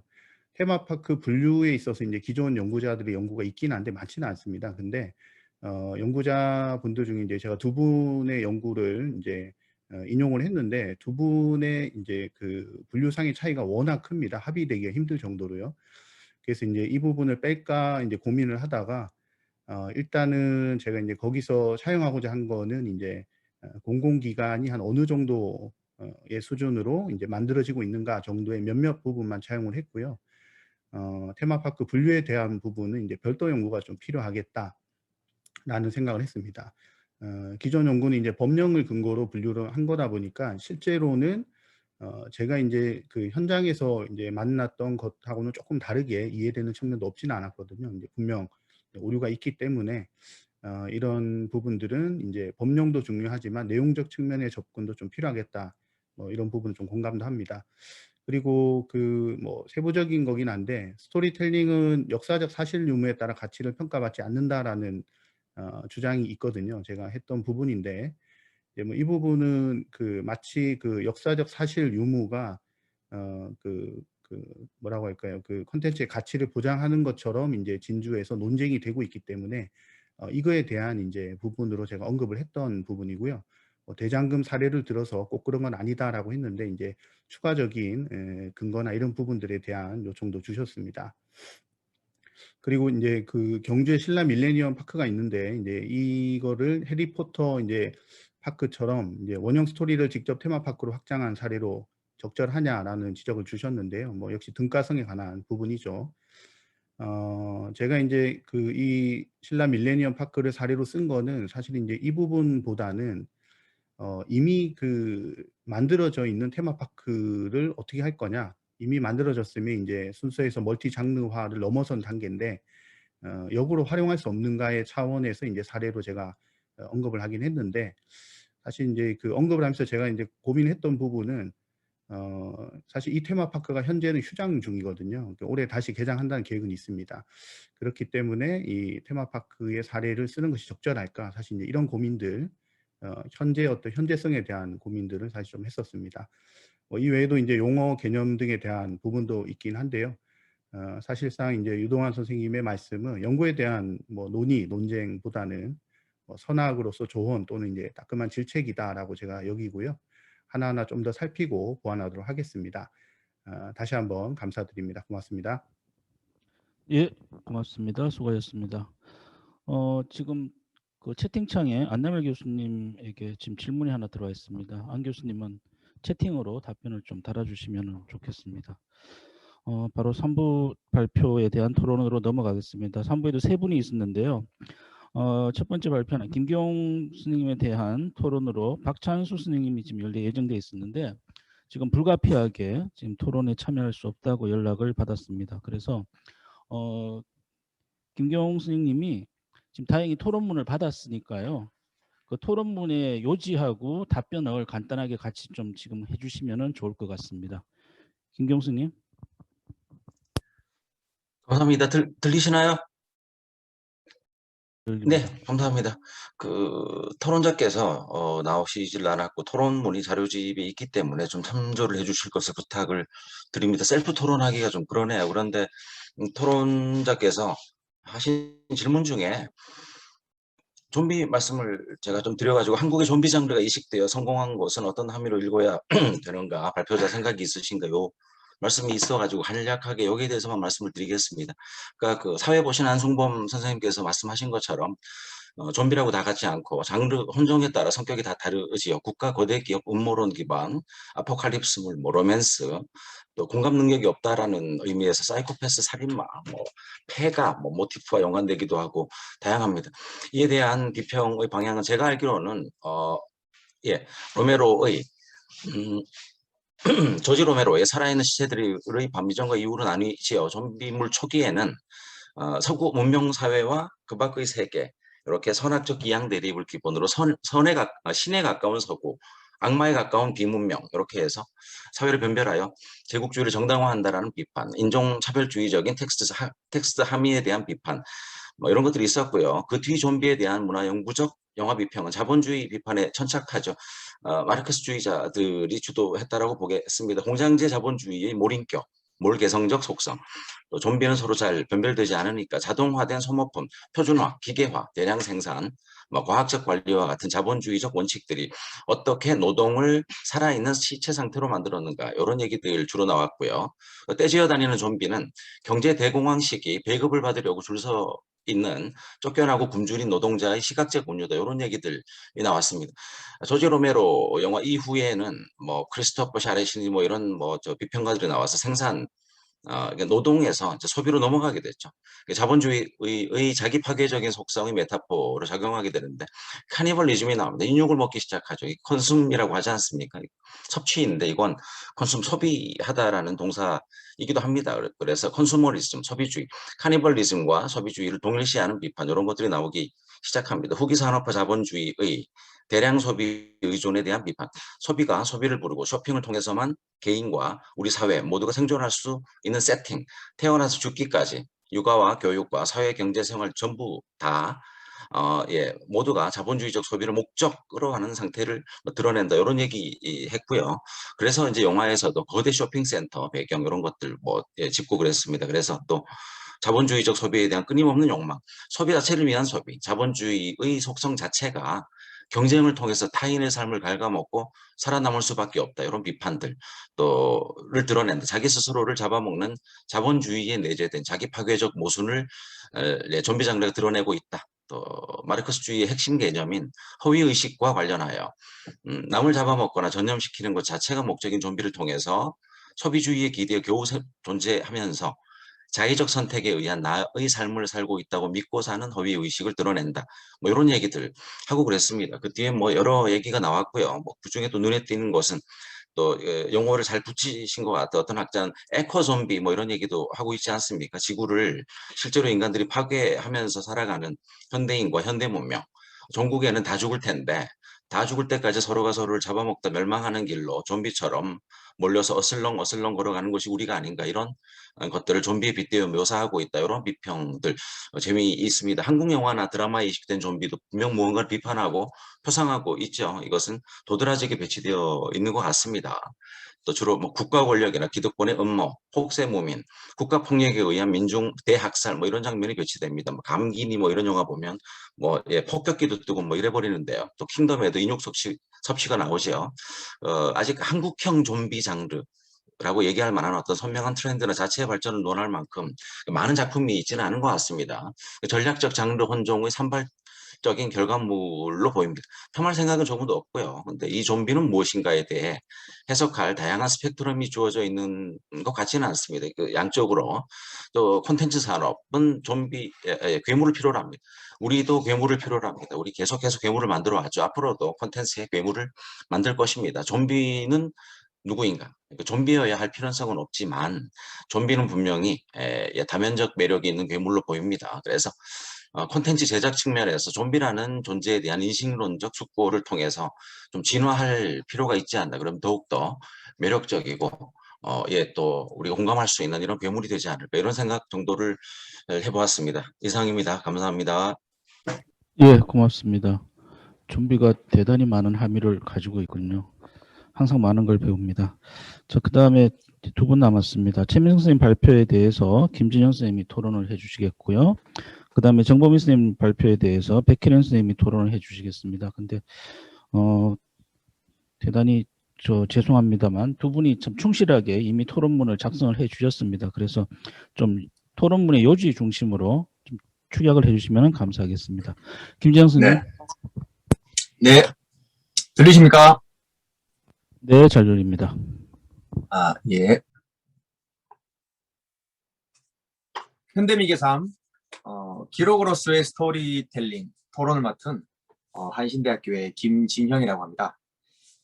최민성 교수님께서 발표하신 글의 핵심은 다큐멘터리 3일의 전체 분량 중에서 코로나19로 인한 팬데믹 상황을 다룬 10편의 의미를 분석한 것입니다. 흥미롭게 읽고 좋은 공부가 되었습니다. 이 글을 통해서 알 수 있는 것은 크게 두 가지로 집약할 수 있을 것 같습니다. 첫 번째가 다큐멘터리에서 스토리텔링의 필요성, 가치 이런 것이고요. 두 번째가 10편의 다큐멘터리가 지금의 팬데믹 시대에 우리에게 주는 인간 삶의 의식적 스토리입니다. 그래서 첫 번째를 통해서는 다큐멘터리란 것이 사실 그 자체보다 사실에 나타나는 감동이 왜 중요한가라는 것을 발표자께서는 상세하게 설명을 하고 있습니다. 그리고 두 번째를 통해서는 지금의 팬데믹 상황에서 이루어지는 다양한 사회 구성원들의 활동, 그리고 그 활동에서 비롯된 의미들을 섬세하게 관찰을 해 나가고 있습니다. 이 글의 내용과 관련해서 크게 제가 두 가지 토론거리를 도출을 해 봤습니다. 첫 번째입니다. 다큐멘터리 속에 현장의 다양한 휴머니즘을 조동일 선생의 미적 범주로 분석하는 것이 좀 보다 효과적이지 않을까 하는 생각입니다. 이거는 뭐 제안의 성격에 가까운 것입니다. 왜냐하면 본문의 이 본격적인 분석 작업 내용을 보면은 발표자께서도 미의식에 입각한 휴머니즘을 비중 있게 아주 논의를 하고 있기 때문입니다. 이것은 분명 사실 관점의 차이일 수도 있겠습니다만은 제 관점에 입각하면은 토론자 선생님께서 제시하고 있는 분석 텍스트 총 10편의 그 다큐에는 미적 범주의 4갈래 중에서 골개를 제외한 숭고, 비장, 우아의 미의식이 함축되어 있을 것이라고 생각을 하게 되었기 때문입니다. 그래서 1편과 2편, 3편에는 사실 발표자께서도 말씀하신 숭고함은 물론이고 비장함도 사실 존재를 하고 있다고 보이기 때문입니다. 그런 점에서 1편, 2편, 3편을 모아버리면은 숭고하고 비장한 휴머니즘이 나타난다고 저는 읽혀졌습니다. 그리고 4, 5, 6, 7, 8, 9편에는요. 우아한 휴머니즘. 네. 발표자께서도 우아한 표현을 쓰지는 않으셨습니다만은 공감적 휴머니즘, 일상 공간에 나타나는 공감적 휴머니즘이라고 분석하셨기 때문에 이것을 조동일의 미적 범주를 가지고 적용해 봤을 때 우아한 휴머니즘으로 이해를 할 수 있을 것 같고, 마지막 10편 같은 경우에는 숭고하고 우아한 휴머니즘이 나타난다. 저는 이렇게 읽혀지게 되었습니다. 두 번째 토론거리입니다. 이거는 저하고 조금 저와 발표자 선생님께서 생각하는 부분이 조금 다른 부분인데요. 분석 텍스트를 변증적 구조에 사실 좀 무리하게 끼워 넣어서 단순화한 것은 아닐까라는 생각이 사실 좀 들었습니다. 왜냐하면은 제가 이제 첫 번째 이 토론거리에서 설명했듯이 이런 첫 번째 토론거리에서 말씀드린 이제 그런 이제 생각에 따르면은 1편, 2편, 3편에는 숭고함뿐만이 아니고 비장함도 함께 있습니다. 그렇기 때문에 변증법적 진행 단계를 봤을 때 숭고하고 비장한 이 휴머니즘, 요것이 만약에 정의를 한다면 4편, 5편, 6편, 7편, 8편, 9편에 나타나는 우아한 휴머니즘은 사실 반정립, 반으로 설정하는 것은 사실 가능합니다. 그런데 문제가 있습니다. 마지막 이 10편, 예, 마지막이죠. 10편은 악정부터 그 후 이 부분입니다.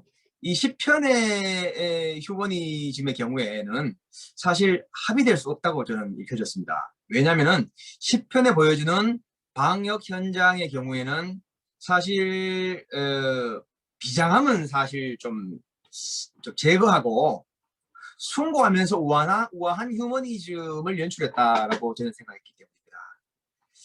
이 두 가지 질문이 사실 제가 강조했듯이 관점의 차이입니다. 그래서 자유롭게 토론할 수 있는 성격의 질문으로 제가 이제 두 가지 토론거리를 도출해봤습니다.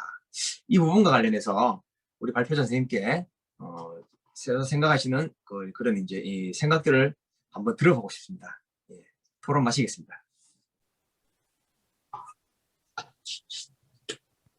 네, 고맙습니다. 네. 예, 그다음에 마지막 토론자시죠, 백혜련 선생님. 잘 들리시나요? 예, 들립니다. 네, 네, 안녕하세요. 비약적 서사에 대한 정보미 선생님의 토론을 맡은 한국외대 백혜린입니다. 네, 먼저 부부의 세계와 펜트하우스를 통해서 코로나 시대의 비약적 서사의 역할과 이 사회적 기능에 대해서 분석해 주신 정보미 선생님의 발표 아주 재미있게 잘 들었습니다. 최근 지상파 방송은 드라마 시청률의 하락으로 이 월화 드라마가 예능 프로그램으로 대체되는 등의 위기를 맞이하고 있습니다. 그럼에도 SBS 펜트하우스나 JTBC 부부의 세계는 20% 이상의 높은 시청률과 이 파격적인 스토리로 화제를 불러일으킨 작품입니다. 이 논문에서는 불륜과 같은 다소 식상할 수 있는 소재를 다룬 두 드라마의 인기에 대해서 비약적인 서사를 통해서 접근하고 있다는 점에서 매우 흥미로운 연구라고 생각합니다. 하나의 사건을 제시하고 이를 해결해가는 기존 드라마의 선형적인 스토리 전개와 달리 최근의 드라마는 전체를 관통하는 중심 사건 이외에도 매회 또는 2, 3회에 걸쳐 새로운 사건이나 갈등이 발생하고 해결되는 굉장히 중층적인 스토리 구성을 보여주는 것이 일반적이라고 생각합니다. 부의 세계와 펜트하우스 또한 불륜과 살인과 같은 사건들이 굉장히 복잡하게 스토리에 얽혀 있으며 이 정보미 선생님께서 주장하신 것처럼 두 작품은 다소 심리적인 또 다소 논리적인 측면의 비약이 나타나고 있으며 선생님께서는 시청자가 이러한 비약을 작품의 질적 수준 저하로 인식하지 않고 오히려 적극적으로 즐기고 향유하고 있다라고 주장하고 계시는데 이러한 주장에 일부는 동의할 수 있지만 또 완벽하게 동의하기는 좀 힘이 든다라는 생각이 들었습니다. 왜냐하면 이러한 두 드라마는 이러한 비약을 통해서 발생하는 서사의 빈틈을 최소화하기 위해서 종종 플래시백을 통해서 앞뒤의 인관성을 연결한다거나 다소 억지스러운 스토리 전개가 이루어질지라도 스토리 곳곳에 숨겨놓은 힌트를 통해서 그러한 어떤 비약의 간극을 최소화하고자 하고 있다고 생각합니다. 그럼에도 불구하고 일부 시청자들은 이러한 스토리들의 인과성과 개연성 저하에 대해서 비판적인 시각을 드러내기도 하였습니다. 물론 조금 오래된 예시이지만 인기 작가인 임성환 작가의 많은 작품들은 개연성 없는 스토리 전개로 시청자들에게 외면을 받았고 이러한 작품들의 스토리는 현재까지도 비판의 대상이 되고 있습니다. 그럼에도 정보미 선생님께서 이러한 드라마에서의 비약적 서사가 시청자에게 일종의 서스펜스와 서프라이즈를 제공하는 장치로서 기능한다라고 말씀하셨는데 그렇다면 이러한 비약과 이러한 황당한 어떤 스토리의 경계는 무엇이라고 생각하시는지 어떤 비약이 용인되는 지점은 어디까지라고 생각하시는지 의견을 듣고 싶습니다. 또한 이 한국에서 출생의 비극이나 불륜이나 부부간 갈등과 같은 이 치정 문제를 다루는 드라마는 지속적으로 이 인기를 얻어왔습니다. 어찌 보면 막장 드라마의 시작은 이 한국 영화의 역사와 함께 시작되었다라고 할 수 있을 것 같습니다. 초기 신파 연쇄극의 인기를 시작으로 이 한국에서는 지속적으로 이러한 어떤 스토리들이 제작되어 왔습니다. 텔레비전 시대가 시작된 이후에도 이 최초의 불륜 드라마라고 알려진 아씨라는 작품을 시작으로 개구리 남편, 그리고 최근까지도 회자되는 아내의 유혹과 같은 다양한 작품들이 굉장히 큰 인기를 얻어왔습니다.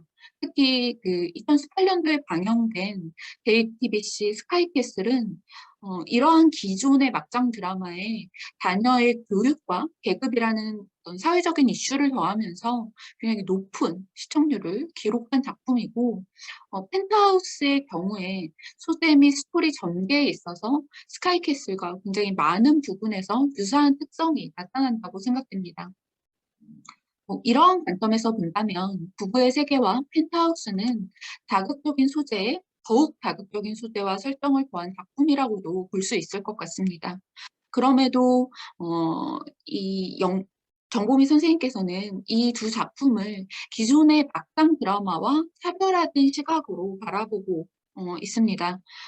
이에 연구자가 생각하시는 막장 드라마와 비약적 서사의 차이점은 무엇인지 좀 의견을 듣고 싶습니다. 마지막으로 정보미 선생님께서는 시청자에게 인기를 얻은 드라마의 어떤 공통적인 특징이 당대의 시대 정신을 보여주는 것이라는 전제에서 본 연구가 시작되었다라고 연구의 서두에 밝히고 계십니다. 부부의 세계와 펜트하우스가 사실 시대적인 관심사를 반영하고 있는 것은 사실일 수 있지만 두 드라마가 이슈화되고 시청률이 높아진 것은 자극적인 소재와 어떤 자극적인 설정과도 굉장히 밀접한 연관이 있다고 생각합니다. 실제로 이 두 작품은 이 방영 이후에 파격적인 노출신과 같은 것들로 이슈화되기도 했고, 살인이나 부부간 갈등, 재결합, 불륜과 같은 소재가 등장하는 회차에서 시청률이 급등하는 양상이 나타나기도 했습니다. 때문에 정봉기 선생님께서 생각하시는 두 작품에 반영된 시대 정신은 무엇이고, 또 서사의 비약이 이 코로나 시대 드라마의 스토리텔링적 특성이라고 생각하시는 이유에 대해서 좀 알고 싶습니다. 네, 발표 재미있게 잘 들었고요. 제 토론은 여기서 마치도록 하겠습니다. 네, 고맙습니다. 자, 그러면은 앞서 김진영 선생 토론에 대해서 최민성 선생님이 답변 간략하게 부탁드립니다. 질문해 주셔서 감사합니다. 일단 순고미에 대해서 질문하셨으니까 제가 중점적으로 보는 것은 암과 승고의 관계 쪽입니다. 그러니까 승고한 감성이 등장하게 되는 것은 미지의 문제와 굉장히 관련이 깊은데요. 무언가 알 수 없는 거대한 존재. 예전에는 그게 이제 종교적 승고였죠. 중세의 가장 중요한 승고 감성은 이제 종교적인 것이었고, 그 다음에 이제 자연으로 넘어오고, 계몽주의나 이성주의가 발달하면서 이 승고미는 점점 이제 우리의 어떤 미적 감각 속에서 많이 사라지게 되고, 오히려 이제 포스트 모던 시대에 오면은 음모와 관련된 포스트 모던 승고 관점들이 이제 생겨나게 되는데요.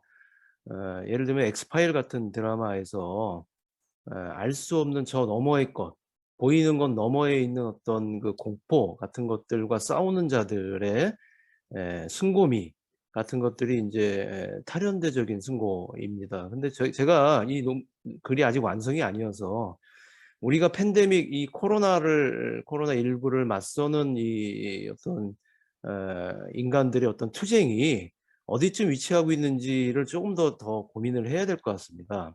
그러니까 단순히 자연에서 발생한 어떤 알 수 없는 것에 대한 투쟁이기도 하면서 동시에 뭐 우리 이 우한 연구소 음모론 같이 만들어진 문명에서 만들어진 것에 대한 어떤 공포, 이런 것 사이에서 이렇게 움직이고 있거든요. 근데 그게 제가 정확하게 이것들을 좀 더 고민해서 지금 질문해 주신 김민정 선생님의 뜻에 따라서 더 깊이 고민해서 이 감정을 잘 정돈해서 논문으로 옮기도록 하겠습니다.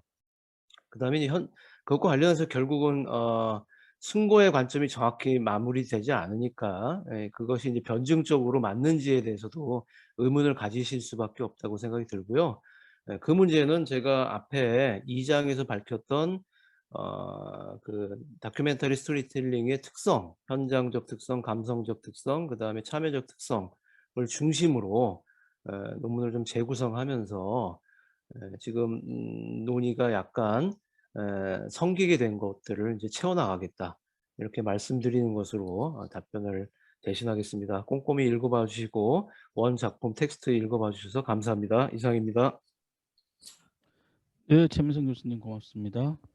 그다음에 정보미 선생님 답변 부탁드립니다. 예, 소리 잘 들리시나요? 예. 부족한 발표문을 꼼꼼히 읽고 생각할 거리를 알려주신 백혜린 선생님께 정말 감사드립니다.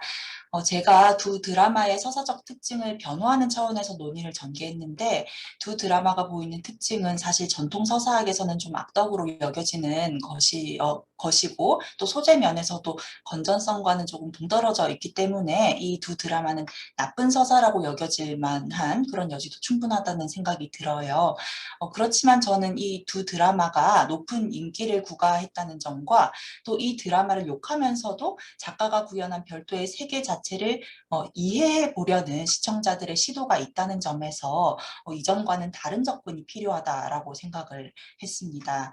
예컨대 펜트하우스의 시청자들은 순옥 월드라는 명칭으로 김순옥 작가가 주로 사용하는 서사 세계의 장치들을 좀 서사적 미숙함을 넘어선 어떤 게임 규칙처럼 독특한 게임 규칙처럼 여기는 경향이 있고 또 이 작품의 등장인물들을 그리스 신화 속의 인물들과 연결시키면서 상호텍스적인 관계를 부여하는 그런 해석도 있습니다.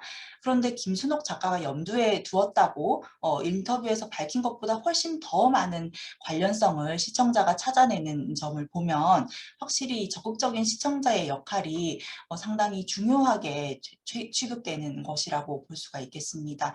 어찌 보면 꿈보다 해몽이라고 불릴 수 있는 이런 현상들이 기존의 막장이나 황당한 스토리라고 불린 드라마에 대해서 일어나고 있는 것이 저는 좀 독자적으로 분석해 볼 만한 현상이라고 생각하고 이런 논문을 작성을 했습니다. 그래서 빈틈이 있을 경우에 향유자가 가진 자원을 활용해서 나름대로의 이해를 구축하는 그런 방식에 대해서 좀 주목을 해보고 싶었고 이런 향유자들의 존재에 힘입어서 서사 내용이 친절하게 안내되는 것보다는 향유자의 이목을 잡아 끌게 하고 조마조마하게 하고 놀라게 만드는 그런 감정 조정 방식이 더 두드러지게 된 것이 아닌가라는 분석을 해본 것입니다. 저는 그리고 이러한 현상에서 코로나 시대의 시대 정신을 찾을 수 있다고 보았는데요. 사실 아직 정치한 논의를 마련하지 못해서 제가 생각하고 있는 바를 거칠게나마 다시 말씀을 드리면 미래에 대한 불확실성이 어느 때보다도 피부로 와닿게 된 것이 코로나 시대라고 생각합니다. 그 위기감을 나름대로의 예상과 낙관으로 극복해 나가는 태도가 결국 이런 드라마 서사에도 적용이 되는 것이 아닌가라는 생각이 들었습니다. 막장이다, 황당하다, 질 나쁜 서사다라는 평가를 충분히 받을 소지가 있는 드라마라 하더라도 향유자를 감정적으로 연루시킬 만한 통로가 있으면 흥미를 느낀 향유자들은 그 서사에 적극적으로 참여해서 서사 세계를 조금 더 견고하게 구축해 나갈 수 있다는 것이죠. 게슈탈트 이론을 참고하면 부분들을 있는 그대로 보지 않고 연결시켜서 총합 이상의 전체를 만들어내는 능력이 사람들에게는 있다라는 것을 알 수가 있는데 어찌 보면 불확실성이 강한 시대가 이런 연결의 능력 완성의 능력을 독려하면서 비약적인 서사도 적극적으로 향유하게 만들지 않았는가 싶습니다. 그리고 말씀하신 것처럼 토론자 선생님께서 말씀하신 것처럼 자극적인 소재의 드라마들이 예전부터 인기를 끌었고 제가 살펴본 두 드라마에서도 자극적인 소재가 등장하는 회차가 특별히 이슈가 된 것이 맞습니다. 그런데 저는 이것이 단지 일회적인 시청률 상승만을 가지고 온 것이 아니라 회차가 전개되면서 점점 시청률이 상승한 현상은 그 자극적인 소재를 풀어내는 방식이 신선했기 때문이라고 보았습니다. 시청자들은 그러한 소재를 가지고 만든 드라마들의 서사 문법에 익숙해져 있는데 이 두 드라마의 경우에는 그런 서사 문법을 얼마간 파괴하면서 새로운 예상을 해야 하는 그런 상황을 조성합니다.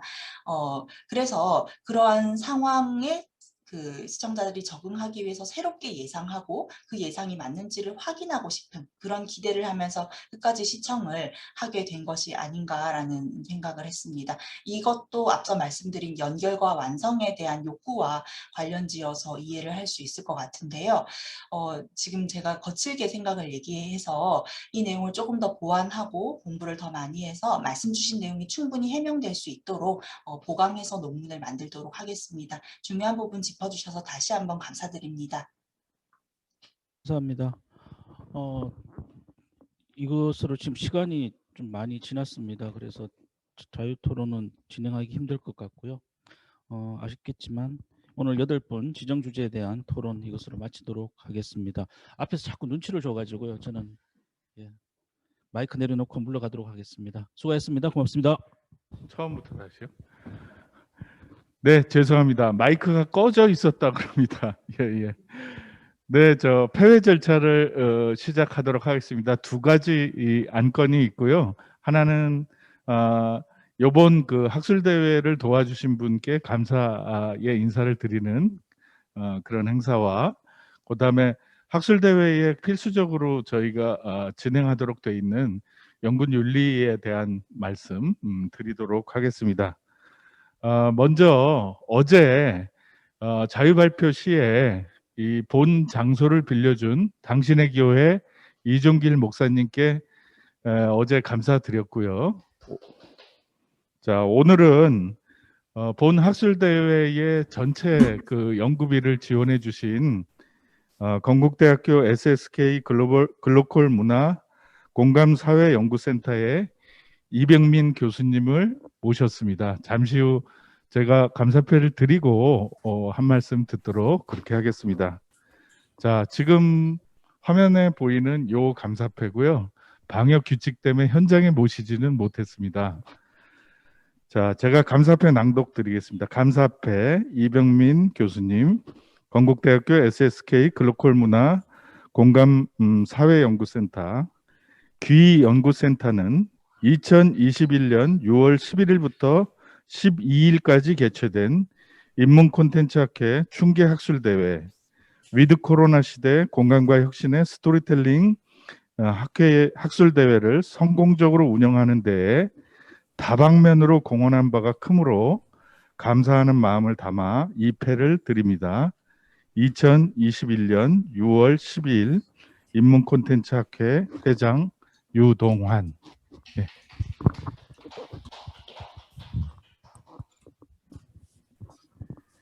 네, 이렇게 드리면 좋은데 이병민 선생님 한 말씀 부탁드리겠습니다. 예.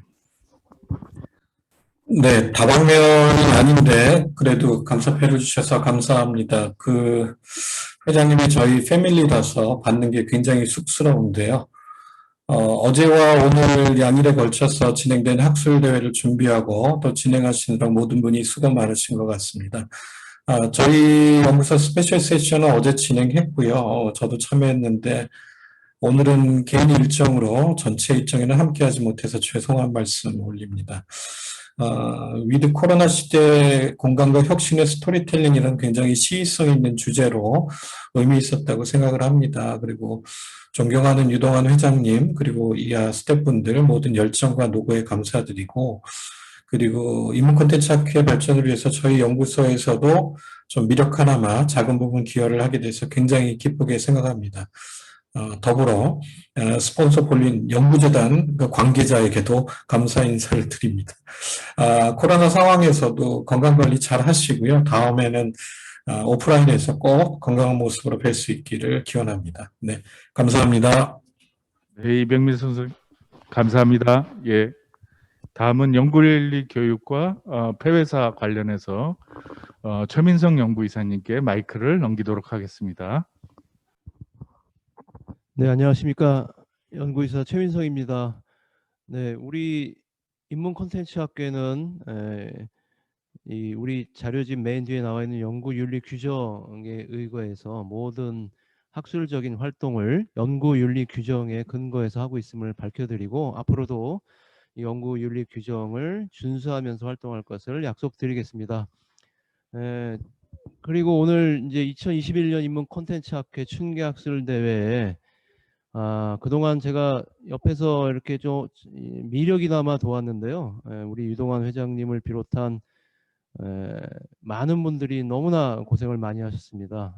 그래서 여러 이사님들 그리고 스텝으로 참여하신 분들 그리고 발표와 토론을 맡아서 노력해 주신 여러 선생님들께 진심으로 감사의 말씀드리고 이런 모든 노력이 합쳐져서 인문 콘텐츠 학회의 다양성과 수준을 만들어 간다고 생각합니다. 다음에 더 멋진 학술대회로 만나 뵐 것을 약속드리면서 위드 코로나 시대 공간과 혁신의 스토리텔링 2021년도 춘계 학술대회를 모두 마치도록 하겠습니다. 감사합니다.